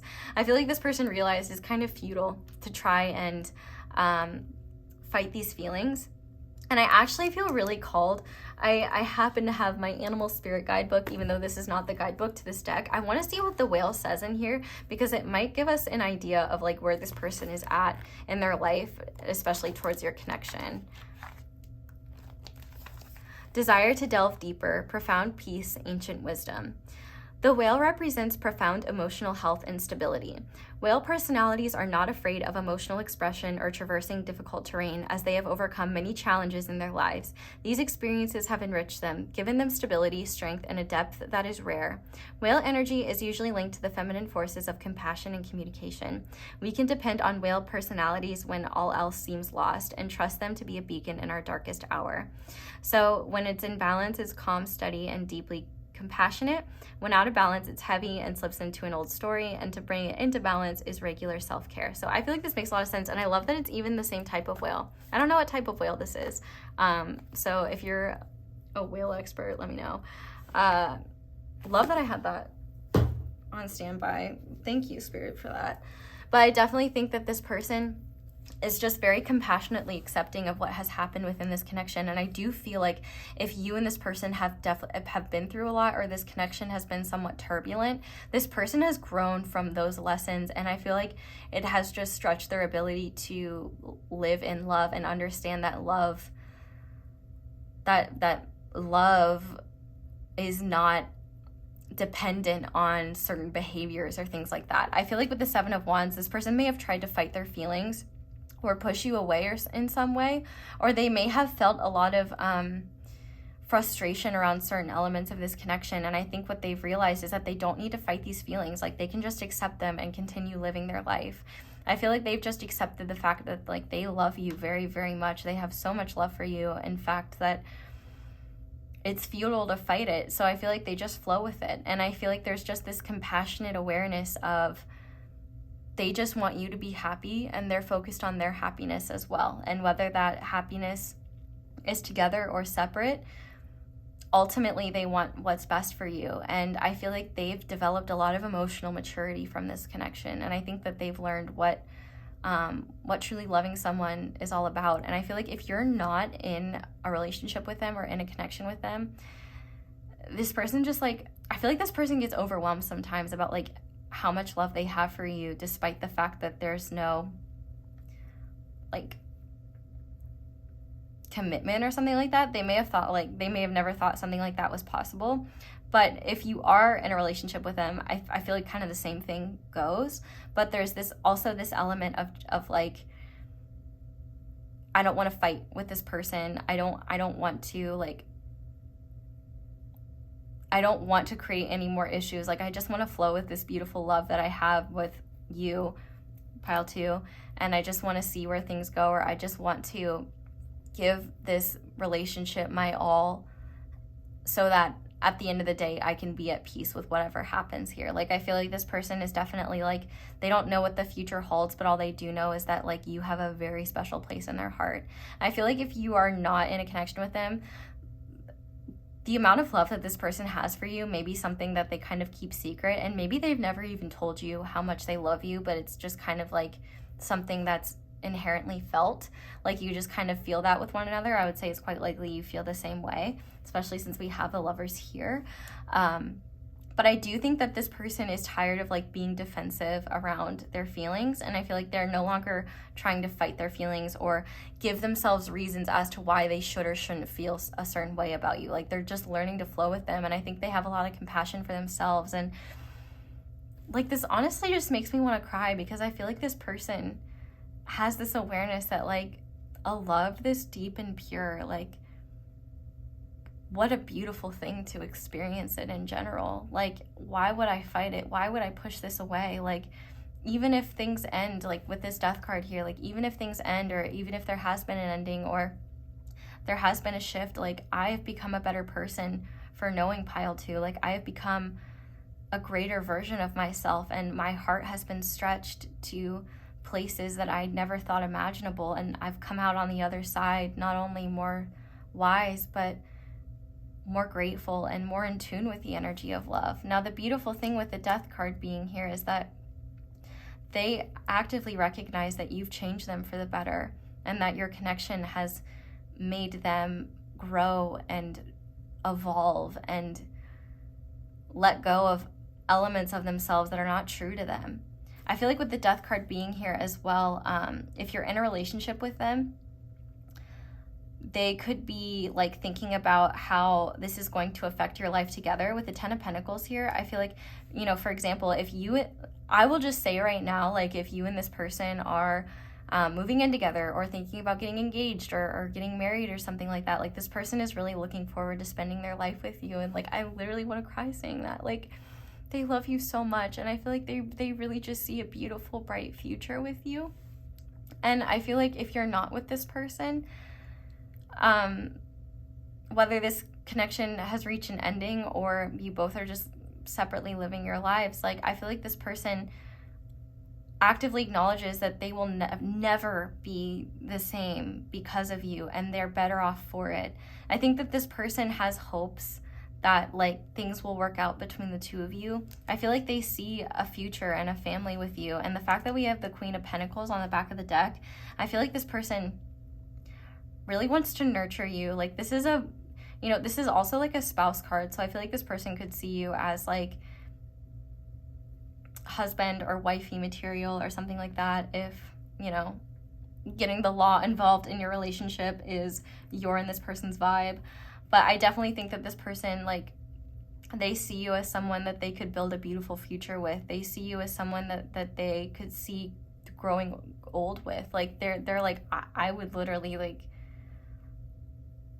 this is till death do us part vibes. Like, this person sees you as someone that they could have a family with. And I feel like there could be something about you that reminds them of their parents, or just reminds them of like their own family life. Like, you feel like family to them, and I think that there is just always going to be love there, whether this relationship lasts, like stands the test of time, or it ends. Like, no matter what, like, this person truly believes, especially in this case, it is better to have loved and lost than to have never loved at all, because this love has transformed them from the inside out for the better. And if anything, you know, it has taught them so much about themselves. It has taught them so much about life, and it's just taught them so much about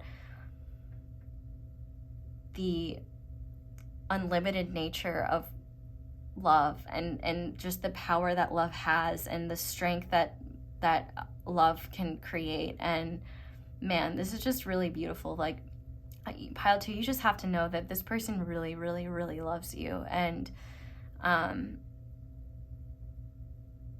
genuinely do not think that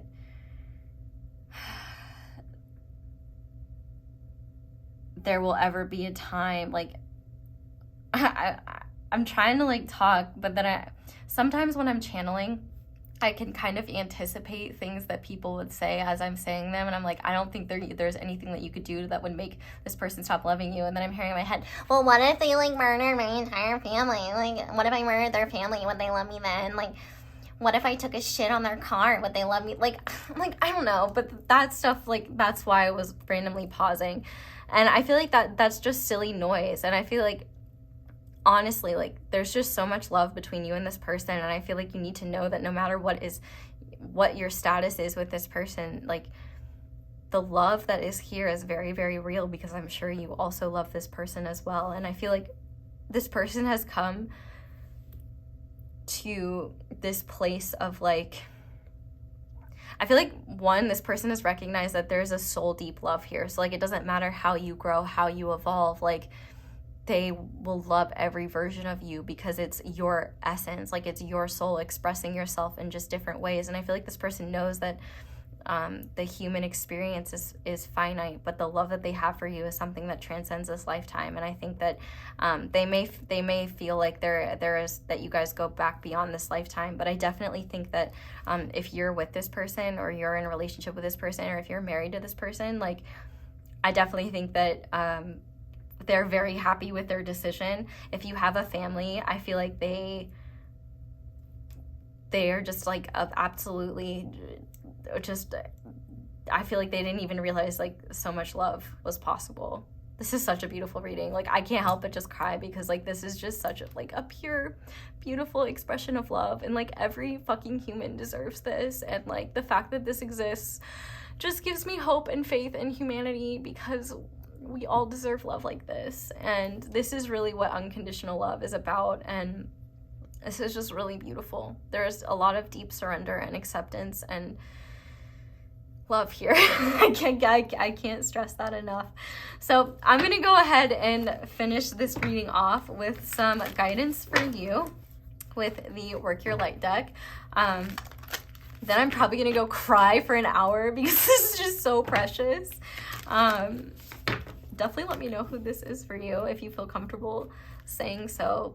But I do feel like, especially called, like, if you're not with this person for whatever reason, like, I feel like there is a lot of egoic narratives around love in general, and around, like, well, if they don't do this or they don't do that, then, like, just get rid of them. And, like, there's just a lot of discarding energy and a lot of, like, self-serving energy and guidance out there. And I feel like just the one thing that you need to know is that you don't need justification or a reason to love someone. Like, love just is. You know, what's that beautiful Bible quote? Love is patient, love is kind. It does not brag, it does not boast. It simply allows and gives, it doesn't take. I mean, I'm not a Bible expert, but I really just do think this is a pure, authentic version of love. And, like, you don't have to explain this to anyone. And honestly, this is something that you can't really explain to people unless they've felt it and experienced it for themselves. And, like, literally just sitting here experiencing it and feeling it is just so powerful. And so, like, I need you to know that you don't need to justify it, especially to people who can't understand or feel where you're coming from. It's like a love like this is like someone who has given birth to a child, listening to someone explain to them who hasn't have a child, like, explain childbirth. Like, I have never given birth to a child, but I know that shit, like, that whole process must be really challenging, painful, and difficult. And I know that I'm sure anyone that has been in that position does not want to hear what somebody who has not been in that position has to say about it. So, like, I feel like in this case, like, just remind yourself, like, not everyone has experienced a love like this. There are many people that don't even believe a love like this is real or exists. So just remember that you don't need other people to validate that. I'm glad that I can be here to validate it, because it is something very beautiful and very real. But just remember that, you know, you may as well be trying to explain color to someone who's colorblind,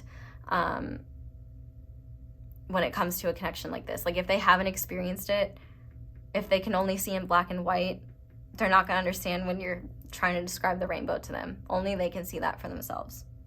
You know what I'm saying? Anyway, Spirit, what guidance do you have for pile 2 when it comes to life and this connection in general? What do they need to know right now? We have protection, call back your power, cut the cords, soul retrieval. So I definitely think that if you are dealing with any negativity or any bad vibes, especially with people specifically who maybe make you feel bad about this connection, or tell you things or make you not feel great about yourself, I feel like Spirit is saying to remember to pay attention to where you place your power, and remember that you don't have to give people access to your energy, especially if there may be people from your past that you're trying to either let go of, or people that you have let go of but you feel like their energy is still lingering. I would highly recommend doing a cord cutting ritual or something like that. But I also think that Spirit wants you to know that there is a lot of protection around this connection naturally, just because of the love that exists. But I also think that if you're putting like your power in this person's hands, or putting your focus in things outside of yourself, I feel like Spirit is reminding you to not only trust yourself, but also like, you know, remember the power that lies in validating your own experiences and trusting what you feel and what you believe. I also wonder if eclipses could be significant, because it looks like there's an eclipse happening right there. I also think as well, I was hearing this and I forgot to mention it. You know, if someone is giving you guidance about your life, especially if it's unsolicited or something like that, if you wouldn't trade lives with them when it comes to the guidance they're giving you, then you certainly don't have to take it. Even if you would trade lives with them, you don't have to take their guidance anyway if it doesn't resonate with you. But I feel like just this really big call to remind you that the machinations of the mind are no match for the love in a heart. And also, you know, you can't understand love through the mental body. It's only something that can be felt and experienced. So you don't need to justify it. You don't need to explain it. Just allow it to be, and protect what is sacred to you. You don't have to, you don't need other people's validation of this connection to make it real. The fact that you feel it is what makes it real. And also, you know, I hope that I could help validate you a little bit more in case you needed that. But I also think if you are in a relationship with this person, if there is anyone that talks smack about your partner, talks smack about this person, or like plants like seeds of doubt or fear in your head, I would be really careful about spending time and energy with them, because there could be some jealousy around your connection, or jealousy around what you both have. And it could be quite possible that there could be someone that just would rather, you know, misery loves company, and they would, if you have any friends that would rather you be miserable with them than happy, red flag, not a great friend. It's a no from me. But what other guidance would you give pile 2? You're already doing it. Stop overthinking. Keep facing your true north. So I feel like Spirit is saying, whether you're with this person or not, like everything is happening and unfolding the way it is meant to, especially if this is a spiritual connection and you're like either not talking to this person or not in a commitment with them. Like I feel like Spirit is saying that like everything is unfolding the way it is meant to, and that as long as you stay aligned with what is true for you, like you can't really fuck anything up. I would also pay attention to your north node in your birth chart, because that could give you an idea of where your true north is. Unfortunately for me, my north node is in Virgo, so I have to do Virgo and things, which no hate to Virgos. I'm a Virgo moon. I love Virgo energy. My other placements find Virgo energy very boring, and I just pay attention to your south node as well, because so like, for example, if you're north node in Virgo like me, you're a south node in Pisces, and south node in Pisces just likes to go with the flow. It just likes to vibe. It just likes to, you know, escape and live in its own little fantasy world, whereas Virgo is like the opposite. She's like, okay, let's be organized. Let's, you know, be productive, blah, blah, blah. I'm getting on a tangent, but the point of what I'm saying is like, keep trusting your heart, because it will not lead you astray. And also Spirit saying like, you're already on the right path. You're already on the right track. You're doing amazing, sweetie. you don't need to worry. And, you know, if you ever feel like you're falling off the path or you're not in alignment with yourself, I would literally just look at like your north and south node, because your south node is kind of like what is easier to fall into, and your north node is like what you're working towards in this lifetime, and like kind of the highest, your one of your highest callings in this lifetime. So if you can focus your energy and intention around that, I think it would be helpful, and it would give you some sort of guidance. But I feel like even then you don't need astrology. You can just trust what feels right to you. Like, you don't need other people to validate the way you're living your life. Just do it. Okay. What else, Spirit? We have dance with life. Do something to change your energy. So I definitely think that Spirit is saying, you know, when you're really struggling with negativity or just in a funky energy, like, don't underestimate the power of just like turning on some jams or doing something that you enjoy and love. Like, I think Spirit wants to remind you that when you're stuck in a negative or funky energy, you don't have to stay there. And in fact, if you start to like overanalyze why you're there or focus on it too much, you may just like exacerbate those icky energies. So I feel like Spirit is saying, which is okay, like if you want to be an icky energy, be an icky energy, but I feel like Spirit is saying, you know, you don't have to overthink things, and that actually shifting your energy seems to be a lot more simple than you realize. I think it's just when you get into your head that you maybe overcomplicate things. And I think the key is to kind of get out of your head and into your body, be more present and feel in the moment, and just ask yourself, what can I do to make life a little bit more pleasant right now?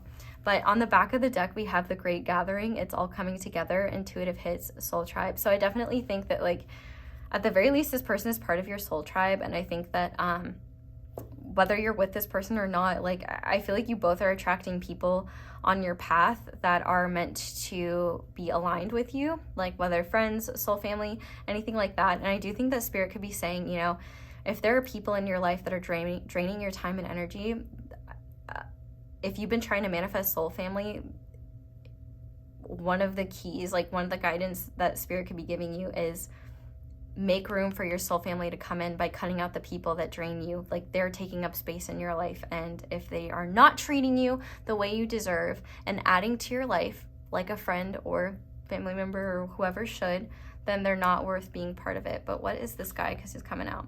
Longing for home, belonging, the original light workers. So I definitely think that there is home within this connection. Like, this person may feel like home, and I feel like Spirit is really just encouraging you to find that home within yourself, but also know that, like, home is more of a feeling than a place, and that you can always kind of return to that within yourself, but to cherish the people that feel like home, because that's definitely soul tribe, and those are the people that you deserve to spend your time and energy with. And I will say, meeting lots of my soul family, like for example, Kino Tarot, my queen, like, man, she is a friend that I would say makes me, not only am I just so grateful for her friendship, but also, like,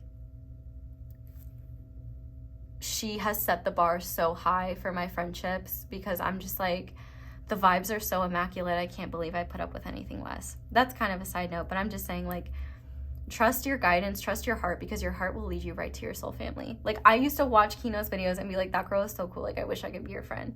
Literally manifested that shit without even, like, universe works in mysterious ways. Trust yourself, trust your heart. But pile 2, that is where I'm going to leave this reading. I honestly just don't want to leave this energy, because it's just so beautiful and so loving, and I just love the vibe. So I hope that you guys enjoyed this reading. Thank you guys so much for watching it, and thank you so much for letting my ads play in the background, because it's one of the simplest and easiest ways to support me and my channel, and you know, help me survive in this capitalist machine. But if you'd like to support me in other ways, you can like this video, you can comment down below, let me know how it resonates. You can subscribe if you haven't already, and click that little notification bell to be notified whenever I upload a new reading. You can also check out my merch. You can check out my candle. Those will be linked down below, as well as my social media, though do be aware of scammers pretending to be me.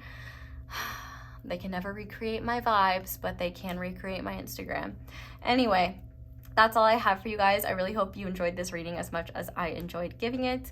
I hope you all have a wonderful day or night whenever it is that you're watching this video, and I hope you'll come back and see me again soon. Bye! Hi there, Pile 3. Welcome to your reading, and thank you so much for being here. If you guys chose the Atlantisite Heart and the Way of the Panda Tarot, good choice. This is one of my favorite decks. Then this is going to be your reading on whose head are you living in rent-free. Now, if what I'm describing sounds like you, feel free to check it out and let me know how accurate it was in terms of what you were thinking about in terms of your particular person. But essentially what I'm just going to be doing is looking at who this person is, and then we'll see why are you living in their head rent-free? What are they thinking about? So if this sounds like someone you know, then I think you found the right pile. So to start with this person, we have the Mirror. We have Left Out with the Wolves. We have Expansion. We have the Influencer. And we have Love. So this is definitely a connection. That could be like any type. I definitely think that this is a connection that is karmic in nature, but it could have been a friendship. I say it and I'll explain why, but this could be a friend or a romantic interest or someone that you were in a relationship with. No matter what, there was an intensity to this connection where I do feel like there was something sort of karmic in nature about this. And I also feel like you and this person may not have ended on very good terms, or this person could have betrayed you or kind of ghosted or abandoned you in a way that was really painful. I feel like no matter what though, even though there was like tumultuousness, is that a word? Here, there was definitely love here. But one of the vibes that I'm getting is that this person whose head you are living in rent-free, their understanding of love has and was a lot more superficial than yours. And I think that this person is somebody who is starting to see things on a deeper level. With the Influencer card here, they could be an influencer of some kind, but this card actually, it has a lot of, it's technically not a tarot deck, it's an oracle deck, but they're kind of designed to look like tarot cards, and they're meant to be more modern cards. So this is more of a symbolic influencer rather than a literal influencer, though they could literally be a literal influencer. I would not be shocked. I mean, because kind of a lot of the keywords about this card are related to vanity, looking at things skin deep, being focused on appearances, being focused on social approval, things like that, which really fits in with the Mirror. And I think one way you will know who this person is that they're very, very, very concerned about their physical appearance, almost obsessive. I'm actually I was watching It's Always Sunny in Philadelphia today, so that's probably why this example is coming in, but there is a specific episode where Dennis, one of the characters, is looking at themselves on TV and being like, does my face look fat? Does my face look fat? And everyone's like, yeah, it does, just to like mess with him, because it's, if you've ever seen that show, like, he deserves to, well, I wouldn't say I don't need to intellectualize the show, but point being, people telling him that causes him to like fast and not eat for days because he's so vain and obsessed with his appearance. And I'm not saying that this person is like that. I feel like that's an extreme example, but I do feel like this person is incredibly focused and almost obsessive about their appearance. They could have like very, very rigorous or even distorted wellness routines around their appearance, but I also think that they just really care about how they come across to people. And I think they actually might really overthink and overanalyze how people see them. I think that they're very, very concerned with appearances, and like I said, they care a lot about their appearance, and they may go to even extreme unhealthy or distorted lengths to achieve their ideas of perfection. Now, I also feel like this person has tended to focus on the surface level. I feel like they haven't really wanted to go deeper either, because they didn't have that capacity, or there were things within them that they had trouble addressing. I feel like with this left out with the Wolves card, I feel like this desire or this intense focus on their appearance has stemmed from the fact that I do think that this person is naturally attractive, and it's only created this idea in their head that their appearance is what makes them worthy, or their appearance is what people desire about them. But I also think it's maybe a coping mechanism, because this person could have experienced like deep abandonment when they were young, or they could have just had really challenging experiences that kind of forced them to cope by like their ways of coping with this fear of abandonment, or these painful memories of abandonment or rejection, by creating this image of perfection so nobody can hurt them. But I think what they have started to realize is that that perfection is an illusion, and that they have a distorted perception of themselves, and that these extremes that they're pushing are not only unhealthy, but I think that this person has realized that their priorities are a bit skewed. The fact that we have expansion and love here, I do feel like this person is someone who I feel like the connection that you had together was actually genuine, but I feel like this person, at least at the time, did not have the capabilities of diving deeper.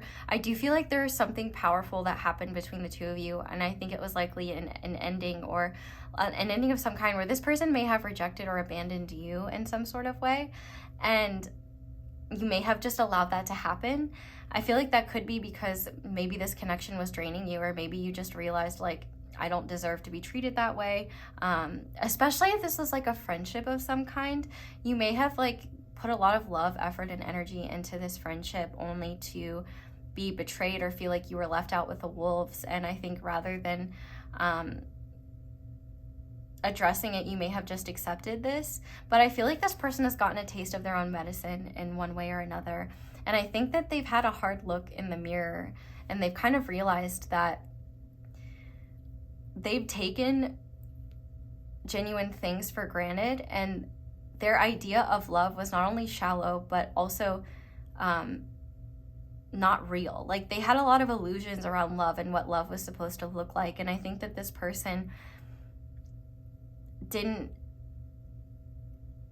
had no idea, like, about their own toxic behaviors, because they were just like, that was their normal. And I think that they were really used to engaging in like toxic behaviors with others as well. And I think that this person has a hard time trusting people. And I think that this person, for some of you, I'm kind of getting the vibe that this person like could have a personality disorder of some kind.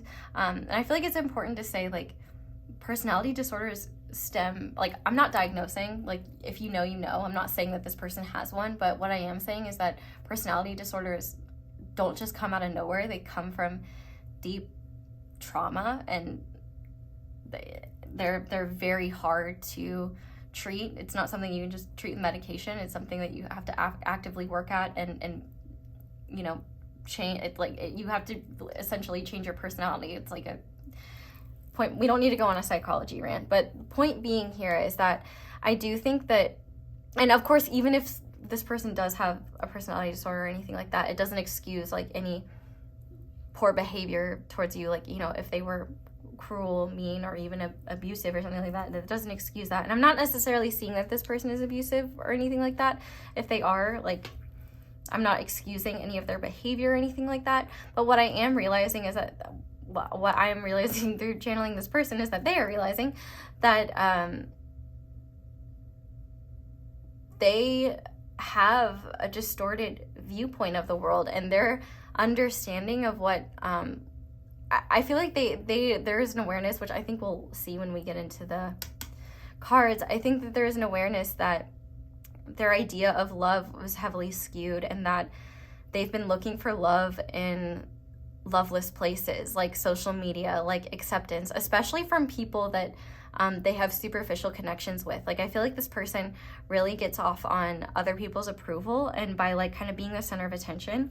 And I think this person has realized that they may have taken positive connections for granted, and I feel like this person has chased people's approval and hasn't, and I think one thing that they may be realizing is that they threw away important connections trying to gain the approval of people that didn't even care for them in the first place. There's like this deep realization, I feel like, where this person is having to look at themselves in the mirror and realize the way that their perception of the world has been keeping them miserable and unhappy. And I do think that if you're not in this person's life anymore, I think that, like, whether this was a romantic, platonic, whatever type of connection this was, because I could see it being really any type for this pile, there was love. Like, I feel like you both loved each other, and I think this person realized that they took your connection for granted. And I also think with this expansion card, this person is realizing, like, they at least have the awareness of, like, I need to do better. I need to start, I need to change. I need to grow. I need to evolve. I'm tired of being miserable, and I don't want to push any more good things away from me. I feel like this person is realizing what true love looks like, and not just from a romantic standpoint, but from a platonic one as well, where, like, I feel like this person, they may have had standards for friendships that were very superficial. Like, they only, maybe, like, for example, this person only liked to surround themselves with other attractive people, or they could have judged people based on very superficial things. I do think that this person is highly critical and judgmental, and I will say that that's not only towards other people. They're definitely highly judgmental and critical of themselves. And so there is this obsessive element of their personality where part of them is obsessed with protecting themselves, making sure that nobody hurts them, making sure that nobody is able to do that, but also making sure that they look perfect, that they are perfect. And, you know, perfection is obviously an illusion. And I feel like this person definitely is just realizing how much they are the cause of their own pain. I feel like in the past, they may have, you know, blamed their pain on other people, and really just kind of held on to this sort of victim mentality that, like, everyone else is the problem, I am not the problem. And as a result, I think it has caused them to lose out on experiences and connections and friendships and relationships where there was real love there. And it's only through these tough lessons that I think they are learning what love actually is and what's truly important to them. With this expansion card, this is the throat chakra card. I think this person is integrating deeper truths and starting to mature and realizing, like, okay, I've had things a bit distorted, and what is truly meaningful to them is shifting and changing, and they're evolving. And my right ear is, like, ringing. So that could be something. But, oh, I forgot. Letters and numbers. Just for extra confirmation, I decided to pull letters and numbers. So, Spirit, who is this person that pile 3s? Can we get extra confirmation for this person? So, pile 3. Okay. Let's see. We have GP, and I heard general practitioner, so that could be something. We have GPX, we have an I, and, you know, I'm already seeing, like, pics, so this person could have been really focused on, like, likes or pictures, but we have 2 P's, haha, PP. And we also have, what is this letter, if I can turn it over? We also have a D, so Dixie Chicks or something like that can be significant. All right, let's see. In terms of numbers, we have 2 4s, which 4s always make me think of the Emperor, because the Emperor is a number 4 card in tarot. So I do think that this person could have been really concerned about control, or something like that. Doesn't have to be, but we have 2 4s. We have a 3. We have an 8. And we have a 6 or a 9, however you want to see that. So any of these letters or numbers could be extra confirmation, though they don't have to be. Private investigator could be significant. And I also just heard the word like, what is it? Like grip. Like they could have like, they could hold on to things really tightly. They could grip onto things. Anyway, let's go ahead now and look at why you are living in their head rent-free. I do think that this person is doing some serious like soul searching and reflection, which I don't even know if it's soul searching. I don't know if they've gotten that deep yet, but I do know that this person is realizing how shallow their perspective has been and how not only unfair to others they've been, but I think that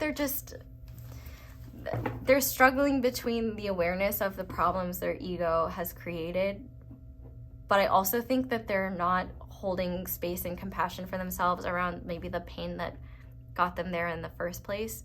I don't know, there's a lot going on, so I guess we'll just have to see. But I did want to say, while I am shuffling, a big thank you and shout out to everyone who likes the video, comments down below, and subscribes when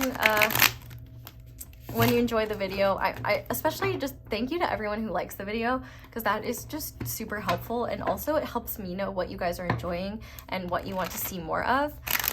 So that is a really simple way. Like if you want to support me, like the video, if you enjoyed it, that helps me more than you can imagine. But also thank you to everyone who just leaves kind comments and is kind and supportive to other people in our little family. I just really love to see you guys supporting one another in the comments and just the good vibes. Like, you know, you guys don't have to be nice, and yet you are. So just thank you for the kindness that you share with me. Thank you for the kindness that you share with one another, and thank you for keeping things respectful and just being good humans. Thank you.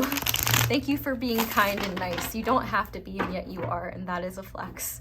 So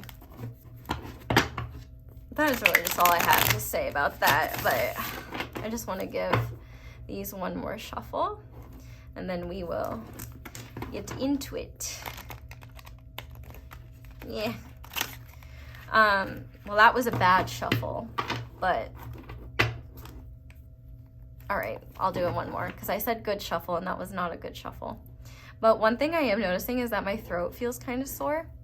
So I do think that this person, I feel like this person has a lot of regret around things that they've said. I feel like they lash out and say things that they don't mean when they're triggered. It doesn't excuse what they're saying, but I do think that this person is really regretting things that they've said and ways that they've treated people, and just like, I feel like this person does a lot of destruction with their words. There we go, that was a good shuffle. Okay, so Spirit, why is pile 3 living in this person's head rent-free? Okay, we have Temperance in reverse. Why is pile 3? We have the Queen of Swords upright. We have the 9 of Wands. We have the 3 of Swords. We have the Devil in reverse, which this is such, I kind of just want to show you this before I turn it around. Like, this is such a powerful Devil card, and I think it's actually very fitting for this person's state of mind. Okay, can we clarify Temperance in reverse, please? Leave it to this deck. We always get the ass-eating panda, and I'm here for it. Excuse me, the hanged panda. But it looks like he's eating ass, and I have to point it out every time because I think it's silly, and I am an immature middle school boy. Yes, I am. Okay, Queen of Swords, please. We have the World in reverse. About the 9 of Wands. We have the 2 of Pentacles upright. Okay, what about the 3 of Swords? Can we clarify the 3 of Swords? We have the Knight of Wands in reverse. And can we clarify the Devil, please? We have the Knight of Swords in reverse.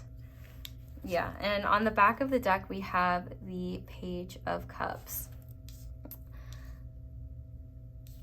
I'm hearing the song Lonely by 21 by a band.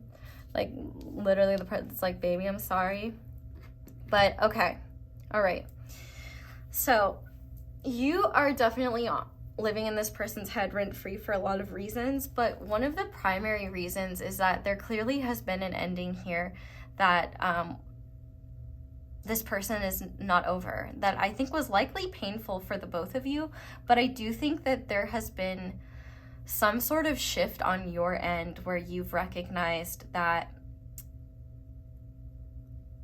you're ready to move forward, or maybe you've just kind of realized like you have love for this person, but you're not willing to open yourself up to this connection again, or you're just not cool like that anymore. Like maybe you've made peace, but I feel like this person is grieving the relationship, whether it was a friendship, a committed relationship, whatever it may be.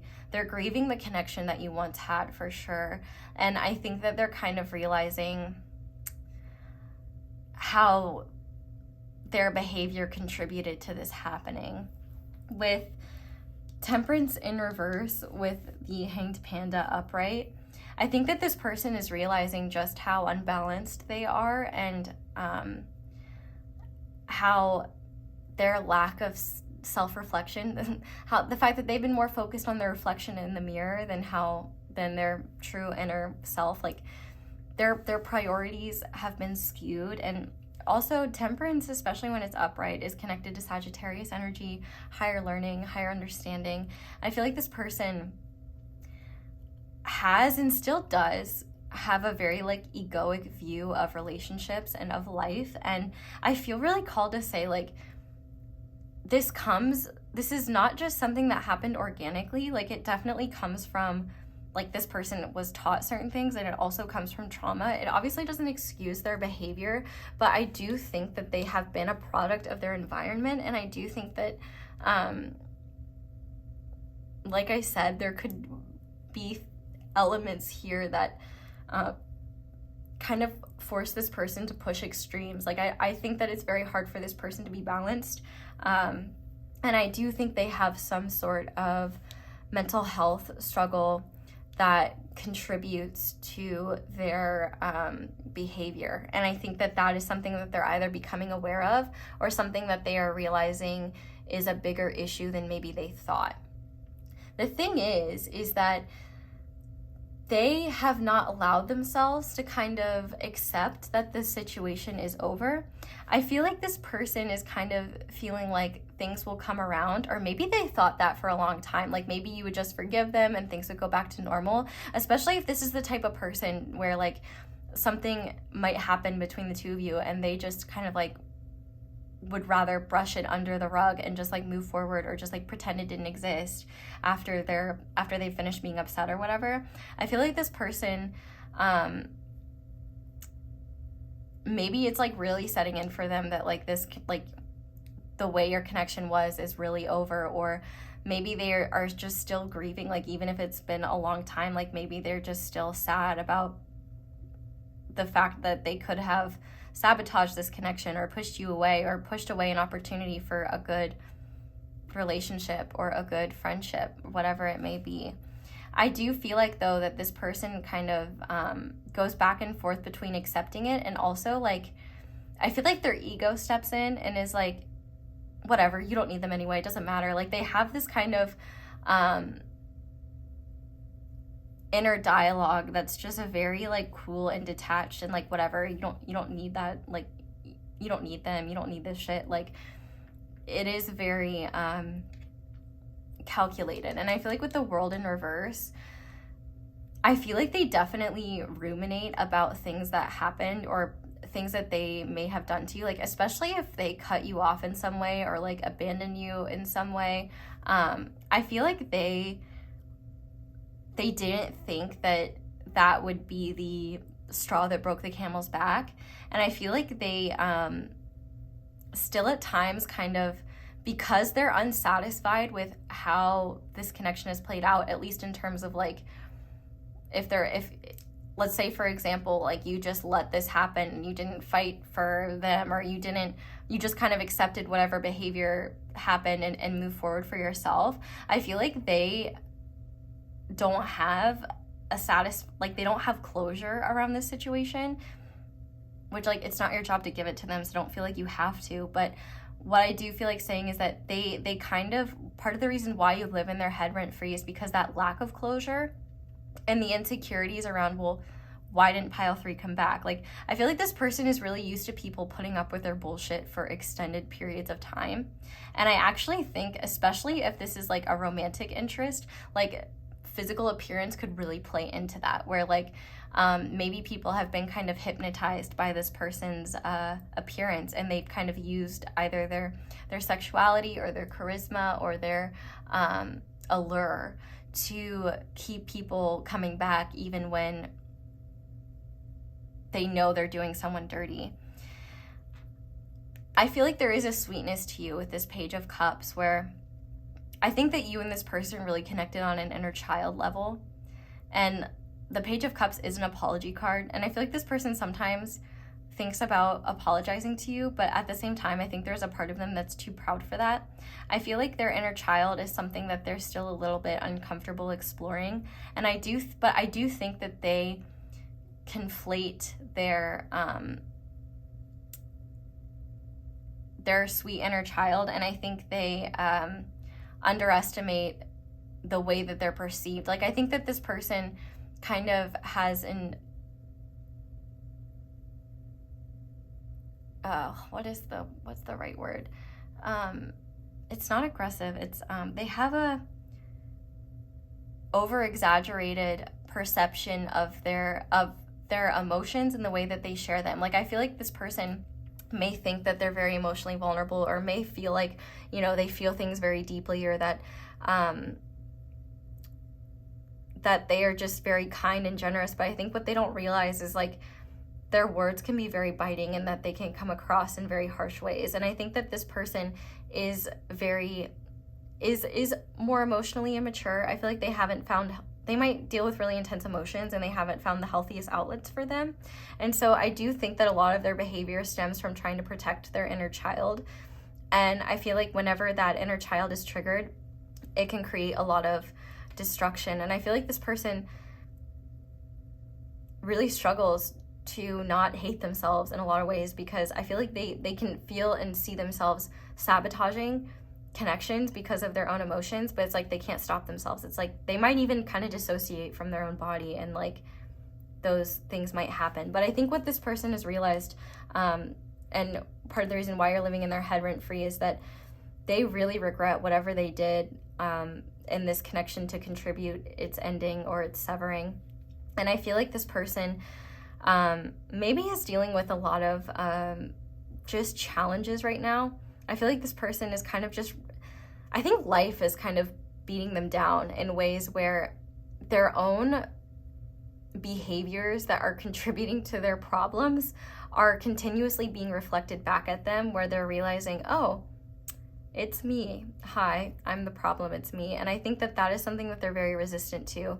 But I also think that if you have if you have walls up around them, they might see you as like too busy for them, or they may feel like you are too good for them or something like that. Like with the 9 of Wands and 2 of Pentacles here, they could see you as someone who's like really busy, but also someone who has their guard up around them, and they understand that. And I think they kind of kick themselves for that, especially if you were very vulnerable with them. Like if you had this Page of Cups energy towards them, where you were very free and playful and just yourself with them, they may feel like, they may realize that like they fucked up, in the sense that you're not the same. Like they've seen your realist / truest self. I was saying truest. They've seen your truest self, and they no longer have access to that anymore. And I think that's hard. Like they recognize that you have walls up. They recognize that they have lost out on an ability to have a closer connection with you. And I think that that is something that on one hand they're trying to accept, but on the other, I think that they kind of beat themselves up for. And I feel like with the 2 of Pentacles here as well, they definitely try to keep themselves busy. I feel like they're really focused on creating more financial stability. I do feel like their behavior is kind of biting them in the ass in more ways than one. But I feel like you were a support system for them that they took for granted, and that they realize now just how much your influence helped them and just how much your support meant to them. It's like they didn't realize what they had until they didn't have it anymore. And I feel like this person is trying to, like their ego especially is like working overtime to remind them that they're fine. Like they don't need anyone, they're good. But like when they think about it, they are really, part of the reason you live in their head rent free is because they miss you and they miss your connection, but they recognize like they've made their bed and they have to lie in it. And I think also they are uncomfortable with the idea of ever admitting that sort of heartbreak. I feel like they would rather it appear to you that they don't really care and that they don't think about you and that they're doing their own thing. But in reality, especially with the Devil in reverse, with the Knight of Swords in reverse, I feel like if this person said anything like really harsh to you, or if they said something to you and you dished it out right back, I feel like there are things that they still ruminate about because it may have triggered them really badly, but they also recognize there is a seed of truth in it. And you might be like, it was the whole truth. And you might be right. I don't know. I wasn't there. But to them, they're recognizing there's a seed of truth there. But with the Devil in reverse as well, I feel like this person felt an attachment to you. And if this person was the more like dominant one in the connection, where they kind of called the shots, if you felt like you walked on eggshells around this person and you were kind of like the people pleaser in the situation, I think that this person misses the fact that you're not attached to them anymore. That I think that this person did kind of get off on the fact that you were willing to do whatever to make them happy, to please them. And I feel like they kind of knew that they could throw a bit of a tantrum and get what they want out of you. And I feel like they're angry that they don't have that same control anymore. But at the same time, there's this realization that their behavior is toxic and that that they can't treat people they love that way. And that like, that's not healthy. And someone who loves themselves is not going to put up with behavior like that. So it's understandable that you chose to walk away from the situation, or it's understandable that you chose to not let this person back into your life. But the fact that we have the Knight of Wands in reverse and the Knight of Swords in reverse is very significant to me, because this just kind of plays into the fact that this person is aware that they act in self-destructive and impulsive ways, and they say things that they don't mean, that get them into trouble and that create a lot of harm, because they are just speaking from a place of emotional reactivity and anger and rage, or frustration, or whatever emotion it may be, rather than their truth. Because they do have this very sensitive, sweet heart, but that sweet heart is not, it does not feel safe in their body, and they don't know how to regulate themselves, or at the very least they're realizing that they need to learn that. I definitely think that there is still an attachment, like they still feel an attachment to you, and I think that anytime they think about you or they're reminded of you, they just feel that heartbreak all over again. And I feel like they think about taking action towards you a lot, but then they're kind of just like, what's the point? Because I also think too, there's a part of them that is not really wanting to talk about what they've realized. Like I feel like this person's ego would much rather just pretend like they don't care than ever admit that they miss you or that they did something wrong. And I feel like with the Knight of Wands in reverse as well, if this was a romantic relationship, I do feel like this person may be looking for you and other people and creating more damage in the process. But it is quite possible that someone could have done them the way that they did you, and they just like, and they're so angry about it, but at the same time they have like no room to complain, no room to be upset, because they know that they brought this situation on themselves. I feel like this person definitely has a self-destructive streak that they're aware of, and I feel like you are a catalyst for them realizing that they need to do better, and that if they don't change their behavior, they are going to push away anyone who can and does love them, and they will continue to be miserable and stay stuck in a prison and a hell of their own making. So I feel like this person is just kind of realizing that they don't want to be that person anymore. And I feel like this is starting with them connecting with their inner child. But yeah, the fact that we have the Five of Cups in reverse, like no longer having your support is definitely something that's really hard for them. And I think that they're really disappointed in themselves and disappointed in the ways in which they've pushed others away and the ways in which they've treated people. I think that they didn't see how destructive their behavior was, and I think that they had a self-cherishing viewpoint that just kind of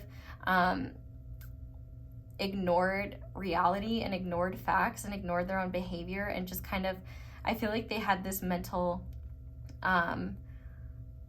I feel like they just had this perception that other people are the problem and they're not. And I think that they've just had some harsh truths recently, and it seems like, you know, I think that they're actually grieving the connection, because I feel like for a long time they just assumed that you would come back and things would be fine and normal and dandy again, and that's just not the case. And I think because something's truly over, or you've truly like moved forward, this person is like actually going through the process of grieving right now. And I think that that's also opening up realizations of other people that they've pushed away. And there's just a lot of, I think that they could have even seen a video of their behavior, or had someone that they look up to or respect see them acting in very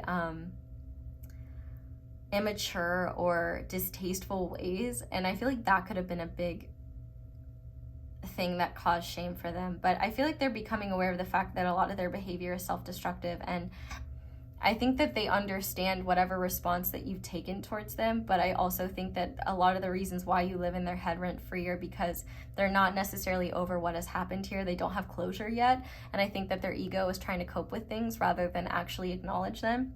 And I think that there is a part of them becoming aware of their behaviors that contributed to this problem and recognizing that something needs to change. They're seeing things in a different light than they once were. But there's also, you know, that part of them, that ego part of them that's just trying to protect them and keep their sense of self intact, that is making excuses and kind of like trying to make them pretend like they don't care. So the more they push it away, the more it seems to be coming through. But that is why you are living in this person's head rent-free. So I'm going to go ahead and finish this reading off with some guidance for you, and just see what Spirit wants you to know at this time. It can be related to this connection or just in general.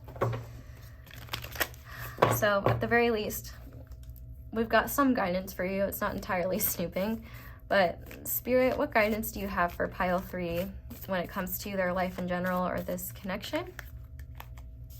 We have Anna, grandmother of Jesus, seeding the light, laying foundations, divine plan, and trust your path. If you knew you'd be supported, what would you do? So I definitely think that like I said, this person definitely had a karmic nature in your life. And I definitely think one of the things they were meant to taught you is what you deserve and what you don't deserve. And I feel like if this person made you feel like you needed them, or that you couldn't be successful without them, I do feel like this person leaving your life was actually really important. Rejection is divine protection, and I definitely think that this person could actually be part of your soul family, but in like not in a way that's, you know, they're meant to stick around the entire time, but they're just meant to teach you powerful lessons in this lifetime. I do think that there's potential to heal here, but I do think that Spirit is really encouraging you to look at the important lessons that this connection taught you, and obviously do whatever you want in terms of how you address this connection. But I feel like if this person said anything to you that really made you feel like, that really shook your confidence or made you feel like you couldn't be successful without them, I feel like Spirit is really asking you to remember that you were a functional human being before you met this person, and you are much more powerful than you realize. I feel like this person was meant to awaken a lot within you, but I also think that like a lot of your successes are just now happening. And I feel like if this person really destroyed your confidence in certain ways, or made you feel like you couldn't do something, or made you doubt yourself, or made you afraid to trust, I feel like Spirit is asking you to recognize that you've learned a lot from this connection, and now you can be aware of red flags and behaviors that you will not accept. But I also think that Spirit is really just asking you to trust yourself in general. And I feel like the universe wants you to know that you're in a very important stage in your life where you are laying foundations for your life path, and that you should trust the direction you're headed in, because it seems to not only be the right direction, but it seems like there's a lot of powerful growth happening right now, and you may not be seeing it yet, but it's happening. Let's get one more, Spirit. What else? We have Akasha. Your guidance is divinely guided. So thank you, Spirit. I would say continue trusting what feels right to you. Continue trusting your guidance. On the back of the deck, we have align your life, what is not aligned or needs to change, because I feel like those are things that can help you stay on your path. But I do feel like you're being divinely guided. And I think it's really interesting that a lot of these images just have like one person walking on their own. Like you may be on your own boulevard of broken dreams right now, but I do feel like, you know, sometimes there are paths that we have to take on our own, or there are paths that we need to follow ourselves. Like sometimes people cannot follow us on our journeys, and when they no longer serve us anymore, they do fall away. And so I feel like Spirit is saying, you know, trust whatever is happening. And as I say that, this card wants to pop out transformation. Things are changing at a cellular level, deep healing. And so I feel like, you know, think about how hard it is to change yourself. You know, no, you can't change anyone else, and that you are healing, and it is up to other people whether they do the same. But just know you're headed in a really bright direction, and I feel like you're headed towards a portal of irreversible change for the better that is going to keep you aligned on your path and just help you see just what an incredible person you are, and the fact that you deserve to have connections that reflect the beautiful person that you are inside and out. So pile 3, that is where I am going to leave this reading. Thank you guys so much for watching, and thank you so much for letting my ads play in the background. That is one of the simplest and easiest ways to support me and my channel and help me survive in this capitalist machine that I exist in, that we exist in.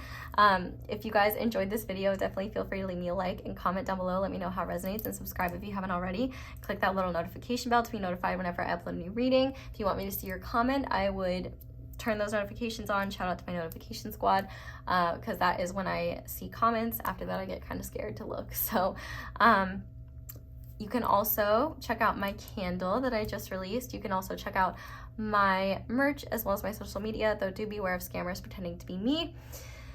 I do not offer personal readings at this time, and I will not try to solicit one through your DM. So if someone is claiming to be me offering you a personal reading, that is a scammer.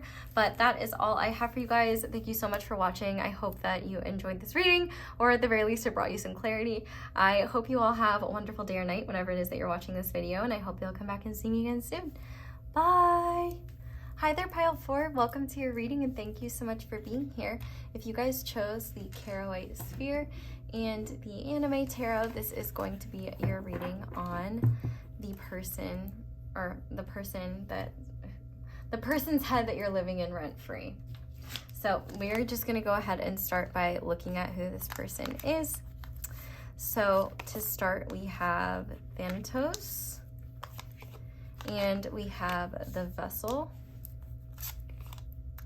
we have Cornucopia, and we have Strength, we have Creation, we have Fire, and we have Move On. So you guys got a lot of extra cards, and I definitely think that this is a pretty specific scenario, but this seems to be a person whose connection you had with them has ended in some way, or seems to be, I don't think it's like one that you're currently in. I mean, it could be if you feel like there's an ending coming, but I feel like for the vast majority of you, this is somebody who you are not involved with anymore, no matter what type of connection it is. It could be romantic or platonic or even familial. But overall, the vibe that I'm getting, I feel like for the vast majority of you, this will likely be a romantic connection. At the very least, like it was, for a lot of you, could have been like friends with benefits. But this seems to be someone that you've had an ending with, and this person seems to be kind of like grieving this ending. It seems like you are as well. It seems like this person is trying to accept and move forward and be strong. But I do think that there's still passion or anger. Like, I feel like this person maybe isn't over what happened, and there could be things that they're still kind of fired up about in this situation. But I feel like this person is really just focused on their material reality right now. Like, they're coping by focusing on what they can create. They're focusing on their abundance. They may be going through some sort of like physical glow up, or like really focusing on their health and investing energy into themselves. It seems like this person is trying to move forward from this connection, and it seems like they're really just trying to focus on what's right in front of them. But underneath all of that focus on the external, there's kind of an avoidance of the pain or sadness that they may feel about the ending or the extreme change that has happened here. I do feel like this person, you and this person, have chosen to like move forward without one another. And I think this person is trying to be strong and trying to focus on what they can control. But no matter what, with this Fire card, the vibe that I get is that there's still like passion there. And I feel like this person still cares about the situation. Like they're not over it yet. So like if this ended with like a big argument or something like that, I feel like this person is still fired up about it. But if you and this person just like ended things and they're amicable, I feel like this person still has a lot of passion, a lot of traction, and a lot of desire towards you. But I feel like they recognize that's either not going to be helpful, or that has to be something that they can't focus on anymore. Like it's almost like they could be channeling that fire now into themselves, into their material world, and into their creative abilities. I'm literally hearing like Material Girl by is it Saucy Santana? Something like that. But I definitely think that they're really focused on their material reality and using that as a way to boost themselves and make themselves feel better. It's pretty straightforward, but like you kind of know who this is. Like if you had a painful breakup, romantic breakup, or ending of a situationship or something like that, like this is your pile. So or one of your piles. So I'm gonna get some letters and numbers now for extra confirmation. But in terms of signs, we do have Leo with strength and fire energy in general, Aries and Sagittarius as well. And I'm also getting kind of air signs as well. So they could be Libra, Aquarius, Gemini too. But let me get extra confirmation for pile 4 around who this person is, please. Okay. So December could be important because I'm seeing DEC. Or Delaware could be important. We also have 2 9s or 2 6s, however you want to see that. We have 6 5 6, 5 6 6, something like that. And we also have an M, so they could be an MC, or they could be in the medical field because MED. But this could also be a W, so take it as it resonates. But EMC could be, or EDM, electronic dance music, could be significant as well. But not a whole lot of letters coming out. Let me just pull a couple more. Any more for pile 4? Especially since their description happened so abruptly. So we have 999 or 666. Those could be significant numbers. 666 is not bad. Actually, we have 4. So a lot of 69s here. We have what definitely used to be a different letter, but now is an I, which I think is symbolic. And we literally have DIE here. So I wouldn't be shocked if there was an ending of some kind between you and this person. And I actually think that it could have been that this person is now focusing on themselves. That's why it was a different letter, but now it's just about them. It's just about I. We also have a K. You might think that this person is a bit of a, you know what. Dice could be significant, but we also have a number 7. We have a 5, and we have like 4 6s or 4 9s, or a combination of that, whatever tickles your fancy. So if that sounds like a person that you would be living in their head rent-free, you found your pile. So let's go ahead and see what they are thinking about, because I don't want to read too much into their energy when I could just let the cards do the talking for me. So while I am shuffling, I do want to give a big shout out to everyone who leaves me a like or a comment or subscribes. That is one of the simplest and easiest ways to support me. besides letting the ads play in the background, that supports me as well. But like, seriously, thank you to everyone who leaves a like. Like, that is just super helpful and lets me know what you guys are enjoying, and it also just helps me and my channel in general. So thank you to everyone who does that. It takes like 2 seconds, but it helps me more than you'd realize. And I also just want to thank everyone that, you know, leaves comments and just keeps the comment section full of good vibes. Like, you know, you don't have to be as kind as you are, and yet you are. And it really fills my heart with joy to see you guys commenting supportive things to one another and just being kind. You know, thank you. The internet isn't always the kindest place, so thank you for keeping my corner of it very nice and good and full of good energy. So shout out to y'all. But okay, yeah. Let's go ahead and see why you are in this person's head rent-free, which I think is kind of obvious, but let's see the details of it. So Spirit, why is pile 4 in this person's head rent-free? Okay, so we have the 4 of Pentacles.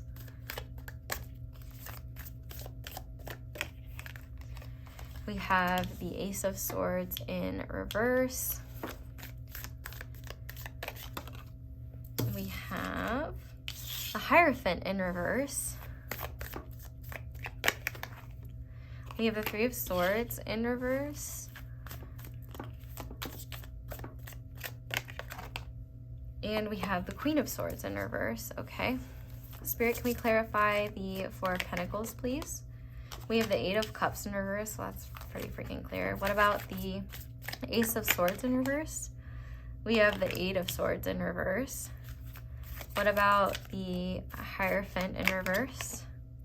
We have the 5 of Cups in reverse. What about the 3 of Swords in reverse? We have the 5 of Swords in reverse. And what about the Queen of Swords in reverse?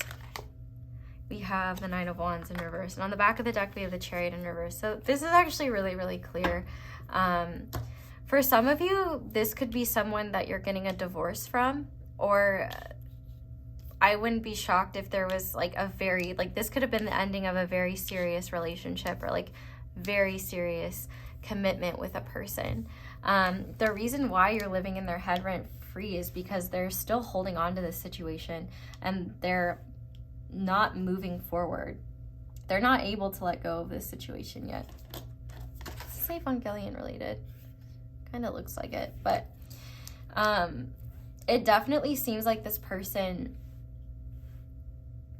could really be struggling with this ending. It seems like they're definitely grieving, but I also think that they maybe hold a lot of regrets, especially if you were the one that initiated this. Like if there were issues that were not being solved, I feel like this person is maybe having a hard time. Like I feel like they're dealing with a lot of regrets and having a hard time accepting that the consequences of their actions.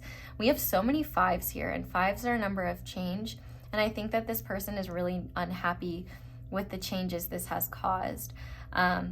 With the 4 of Pentacles, I like this person is not ready to let go of this situation, and they're not letting go of this situation. In fact, it kind of seems like they're using the situation as motivation to better themselves, but also like I feel like they are completely unable to let go of what has happened here. With the Chariot in reverse, they're aware that this situation is no longer moving forward. It's over, and they can't accept that yet. They're not ready to accept that, and so they're still holding on to the memory of this connection. They're still holding on to, could be grudges. It could be, for this person, they could have felt blindsided by this, but it could have been a long time coming for you. I get the vibe for a lot of you that you could have been the one to initiate this ending, and it could have been after a really long time of this person either not working with you or this person not making necessary changes. But this could also be, you know, maybe this person is the one to have initiated things, but they still seem to be holding on to the connection in some way. Like maybe they didn't realize what they were letting go of, or whatever the case may be. But I feel like the overall vibe is that they're unwilling to accept reality. And I think with the 8 of Swords in reverse, clarified by the Ace of Swords in reverse, I do think their perception of the situation is distorted. they might be in a bit of a victim mentality around this situation, or they might be making excuses for their behavior or making excuses for the situation. They might be, I feel like this person is having a really hard time coping with what has happened here. And so they're kind of grasping at straws for any way to make themselves feel better. I feel like that's why they're spending so much time and energy on their material reality, because their head is not a very nice place to be right now. Like, I feel like this Four of Pentacles is really telling, because it's like they're holding on for dear life right now. Like, I feel like if they took their focus off of their material reality and off the surface world right now, I feel like it could cause them to really, really spiral. I feel like for some, this person may feel like they've disappointed God, or like disappointed, like they may feel like a disappointment to their families or themselves. I feel like this person isn't even heartbroken yet because they haven't even accepted that it's over. Like, I feel like this person is kind of in denial, if I'm being honest. And I feel like they are not willing to look at just how much pain they might be in. I feel like they might be trying to make justifications or say like that everything's fine, or you know, I feel like there's a thin layer of fake positivity covering up deep, deep pain that they're not ready to cope with yet. I feel like with the Nine of Wands in reverse, clarified by the Queen of Swords in reverse, whatever happened here, in order to end it, I feel like they think on your end you gave up. And you might be like, you're exactly right, I did give up. And I feel like they may be like blaming you for that, which like can only do so much if someone is unwilling to change. But I feel like this person was really comfortable in life with you. And whatever change has happened here, you may have gone no contact with this person, or you may just not be entertaining them anymore. You may just be focused elsewhere and just really like restricting your energy with this person to what is only necessary and required of you to get things to a place of closure and completion. But I also feel like this person may be using this situation as a way to garner pity from other people. I feel like this person is not really accepting the situation at all. The fact that we have so many cards in reverse, and like there's all these like painful, challenging cards in reverse, it's like they're kind of in denial about the pain that they're experiencing. And I definitely think they're in denial about how their own behavior led to this situation. Like, I'm hearing death by 1,000 paper cuts, and that could be something that you experienced in this connection with this person, where they didn't see, like, they could have been very self-serving, they could have been very focused on them, and you could have excused things. And I feel like there could have been a situation with this person where like you would raise an issue to them and they would completely misinterpret what you're talking about and just kind of like deflect from the issue. So like, for example, you might be like, hey, it really hurts my feelings when you disregard our plans and ignore me. And they'll be like, so you're saying I'm the worst person alive and I should just off myself? Like, they might like go to these dramatic extremes, and it may have made you feel like you couldn't talk to them or be honest with them. And I feel like this person has a hard time being honest with themselves. I feel like they could have been brought up in a family where emotional manipulation was the norm, or where it was normal to guilt people and to treat those close to you poorly, because it seems like at least in their immediate family that was always accepted. But I feel like whatever happened here, it seems like you stopped putting up with them in some way, and they seem to be having a hard time letting go of what has happened between the two of you. This person could have even used religion as justification for why things should stay the same, or they could have had like viewpoints or perspectives that really didn't sit right with you, or that enabled like poor behavior towards you. And they might be seeing you as like betraying them in cold blood. I'm not gonna lie, like there is this like kind of like wounded moose mentality here, where I, like, if I'm just being honest, like, feeling the energy here, it definitely seems like you, like, it seems like this was either a long time coming for you, or this was kind of like something that happened as the last straw, whereas this person didn't even realize that you were close to that. You know what I mean? I feel like they're very much focused on themselves. And if I'm being honest, I feel like they're even using this as an excuse to gain pity. They could be an emotional vampire, or an energy vampire in some way. It's interesting that I said emotional vampire instead of energy vampire, because there actually is an example that I'm thinking of. If you've ever seen What We Do in the Shadows, Vanessa Bayer is a guest star in an episode, and she plays an energy vampire that's like an emotional energy vampire. This person could have done a lot of those similar things, but I feel like this person may be talking about like the sanctity of marriage and stuff like that, especially if you guys were married or are in the process of separating or divorcing.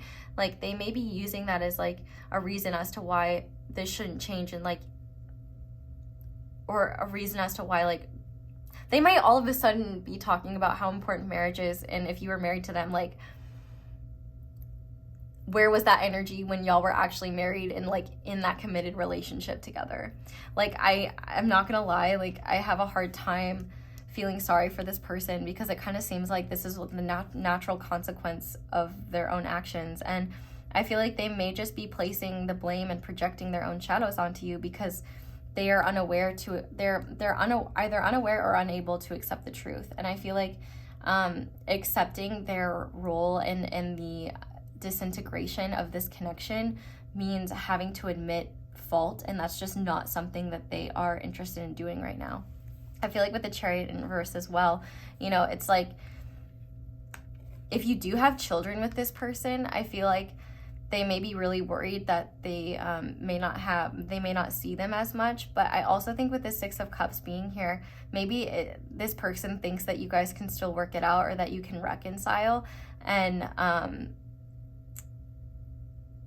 so I feel like that's probably not, I mean, I don't know your situation, maybe, but I feel like they are like unwilling to move on and move forward and accept this, because I feel like accepting this means accepting failure and accepting rejection, and I feel like that's something that they're not comfortable with. So definitely you're living in their head rent-free, because clearly there's a significant ending happening that they're unwilling to accept, and it does seem like they are playing a there's just a lot of drama playing out. And I feel like this person is really trying to focus on their material reality so that they don't just dump all of this. I mean, they may be trying to keep up appearances, like maybe they don't want people to know what's happening between the two of you or something like that. But I do think there's a lot of anger here and a lot of unwillingness to accept their role in things. I don't think they're looking at things very realistically, and I think that they're holding on to their perceptions and holding on to what they still can and trying their best not to break down. I feel like this person is trying to stay strong, but I feel like their version of staying strong is like just not acknowledging things and like honestly kind of like living in a state of delusion. I'm honestly like, I'm having a hard time sitting in this energy. So I'm just gonna be like real with you guys. You're in this person's head rent-free because they are unwilling to accept whatever major ending has happened between the two of you. They are unwilling to face and accept the grieving process that will come along with this. They're unwilling to accept their behaviors, and they are using you as a scapegoat and honestly placing a lot of the blame on you. And just sitting here, I don't know your situation, but I have a big feeling that their perception is not the reality and is likely quite distorted. I would not be shocked if their mother or a motherly figure in their life is kind of enabling this perspective, and they may be kind of using that as a way to feel better.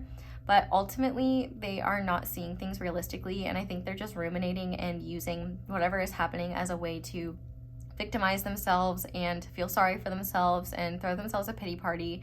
And If there's any positive energy around them, they are trying to focus it on their material reality. But it's really interesting that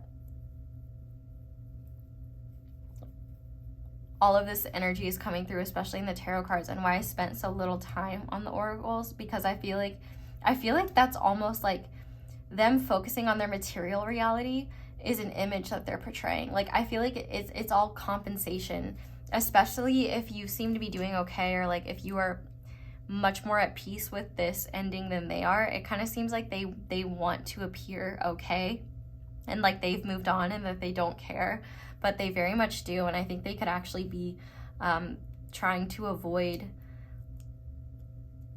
feelings of like deep depression and sadness, or maybe they do feel that way and they're kind of using their material reality as a way to avoid it. I just definitely feel like there is an avoidance of accountability here, an avoidance of reality here, and I do feel like this person feels like life is unfair and they're being wrongfully punished by God or punished by you, and they may be grasping at straws, like literally looking at content that is very negative or egoic or harmful or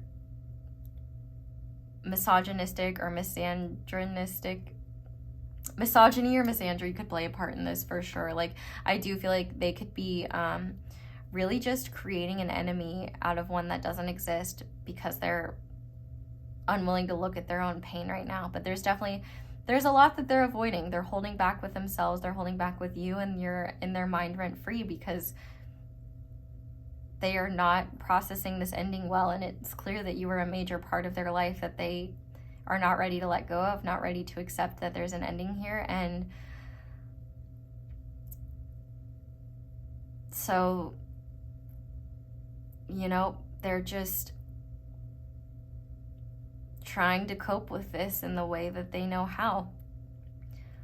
So yeah, that's why you're living in this person's head rent-free, which you may not be very surprised about, but feel free to try another pile if you don't want to hear much else about this person, because honestly, I don't really want to spend much more time in their head, because not only does it not feel very productive, it also just, like, it's literally just draining to sit in this person's energy. So I can't even imagine how you feel about this situation. So we're gonna get you guidance and focus on your light. So let's do that.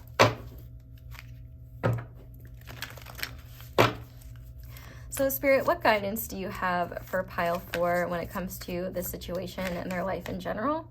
We have the ever unfolding rose, cracked open. It's happening for you, not to you. So maybe this ending has been hard for you as well. Maybe you've had a realization of this person's true colors, or, you know, this ending was kind of like not something that you wanted to happen, but you finally realized, like, if you're ever going to put yourself first, or if you're ever going to, you know, move forward, like if you're ever going to be happy, like it's not going to happen with this person neglecting you or neglecting your energy. Like, I feel like Spirit is really saying that this is not the end, but just the beginning for you. I feel like, especially if it took you a lot of time and energy to work up the courage to do this, I feel like Spirit is really saying, you know, do not let the projections of this person make you believe that you've done something wrong. Like, trust yourself, and also just know that, like, this literally is the beginning and this is happening for you. Like, I promise you this will be something that you are maybe not grateful happened, but grateful for the lessons you've learned from it. And I also think that if cheating was involved here, this person may have thought that they could have gotten away with it, or they may feel like they may have really gaslit you a lot too, and they may have just, I don't know, I feel like you're able to accept reality in ways that they aren't. And I feel like the universe is saying, like, you know, this situation may be hard, but trust me, at least you're in reality and trying to heal and move forward, whereas this person isn't even able to accept that, and that's a hell of their own making. But just know you have so much love and support around you, and just know that, like, this may be really hard and really challenging, and my heart is with you. I am sending you a big hug and so much love. But just know, like, choosing yourself is one of the best things that you'll ever do. And I feel like you're being led to much greener pastures. Where this person is holding on and refusing to let go, I feel like you're opening to what is and moving forward in really positive ways. But what other guidance do you have for pile 4, Spirit? Oh, hell yes. We have Pillar of Light. Your vibration is rising. You are the Oracle. So yeah, it definitely seems like dropping the dead weight is helpful. Not to call this person dead weight. I feel like that's unkind, but I can't help but just being in this person's energy. I'm just like, ugh, I can't help but want to be team pile 4. Like, I know I'm supposed to be neutral, but like, come on. With peace and love. I definitely think that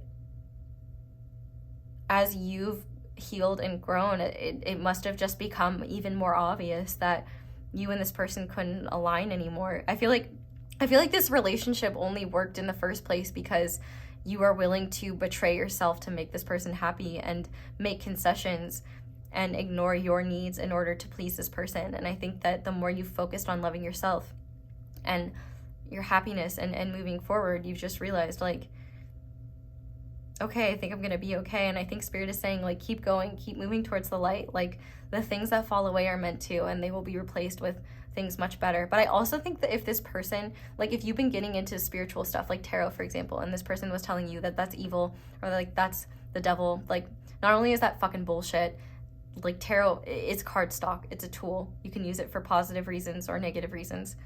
I highly suggest using it for positive reasons, but like, it's clear that you were growing into someone that this person couldn't support or love, and like, the universe would not want you to just stick that out with someone and be miserable. But we also have Priestess. How are you being called to step up and lead? Like, I definitely feel like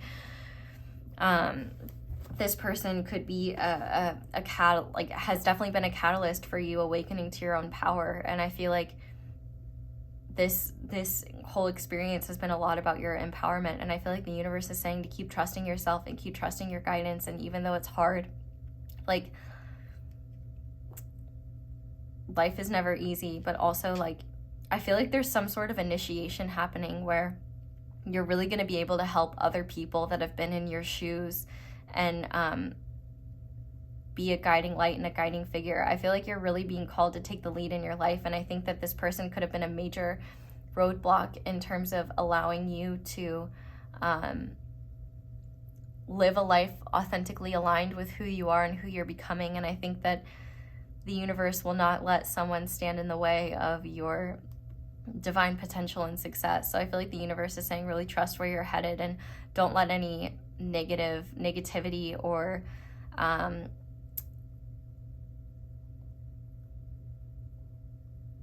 don't let any negativity or harsh feelings from this person make you feel guilty about the person you're becoming. But on the back of the deck, we have boundaries. Where do you need to establish better boundaries? So I would definitely pay attention to where maybe you're giving this person or people in their life access to more of your time and energy. I feel like if there's any mutual friends that you don't necessarily trust or feel like would feed this person information, I would be really careful with what you tell that person. But this card was sliding out that says, Warrior Woman, have you answered your deepest calling? So I feel like there's no worthier fight than the one for your happiness and your truth and your calling. So trust the callings of your heart and soul, and trust where the universe is guiding you. You know, you're not responsible for other people's reactions, and you're not responsible for making other people happy and safe. You're responsible for your happiness, you're responsible for your joy, and you're responsible for your path. So kudos to you for following it, and kudos to you for not allowing piss poor behavior to continue in your life.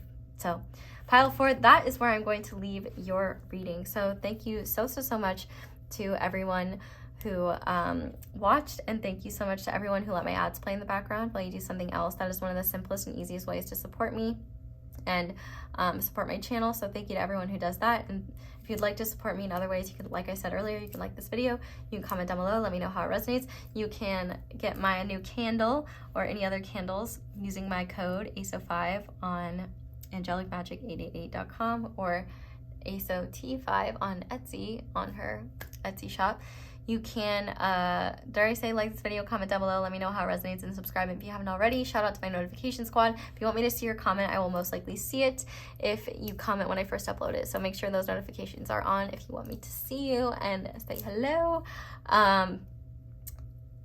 Yeah, beware of scammers pretending to be me. I have merch link down below, and I also have social media as well. But yeah, be care of scammers pretending to be me on Instagram. But that is all I have for you guys. So thank you so much for watching, and thank you so much for letting me read for you.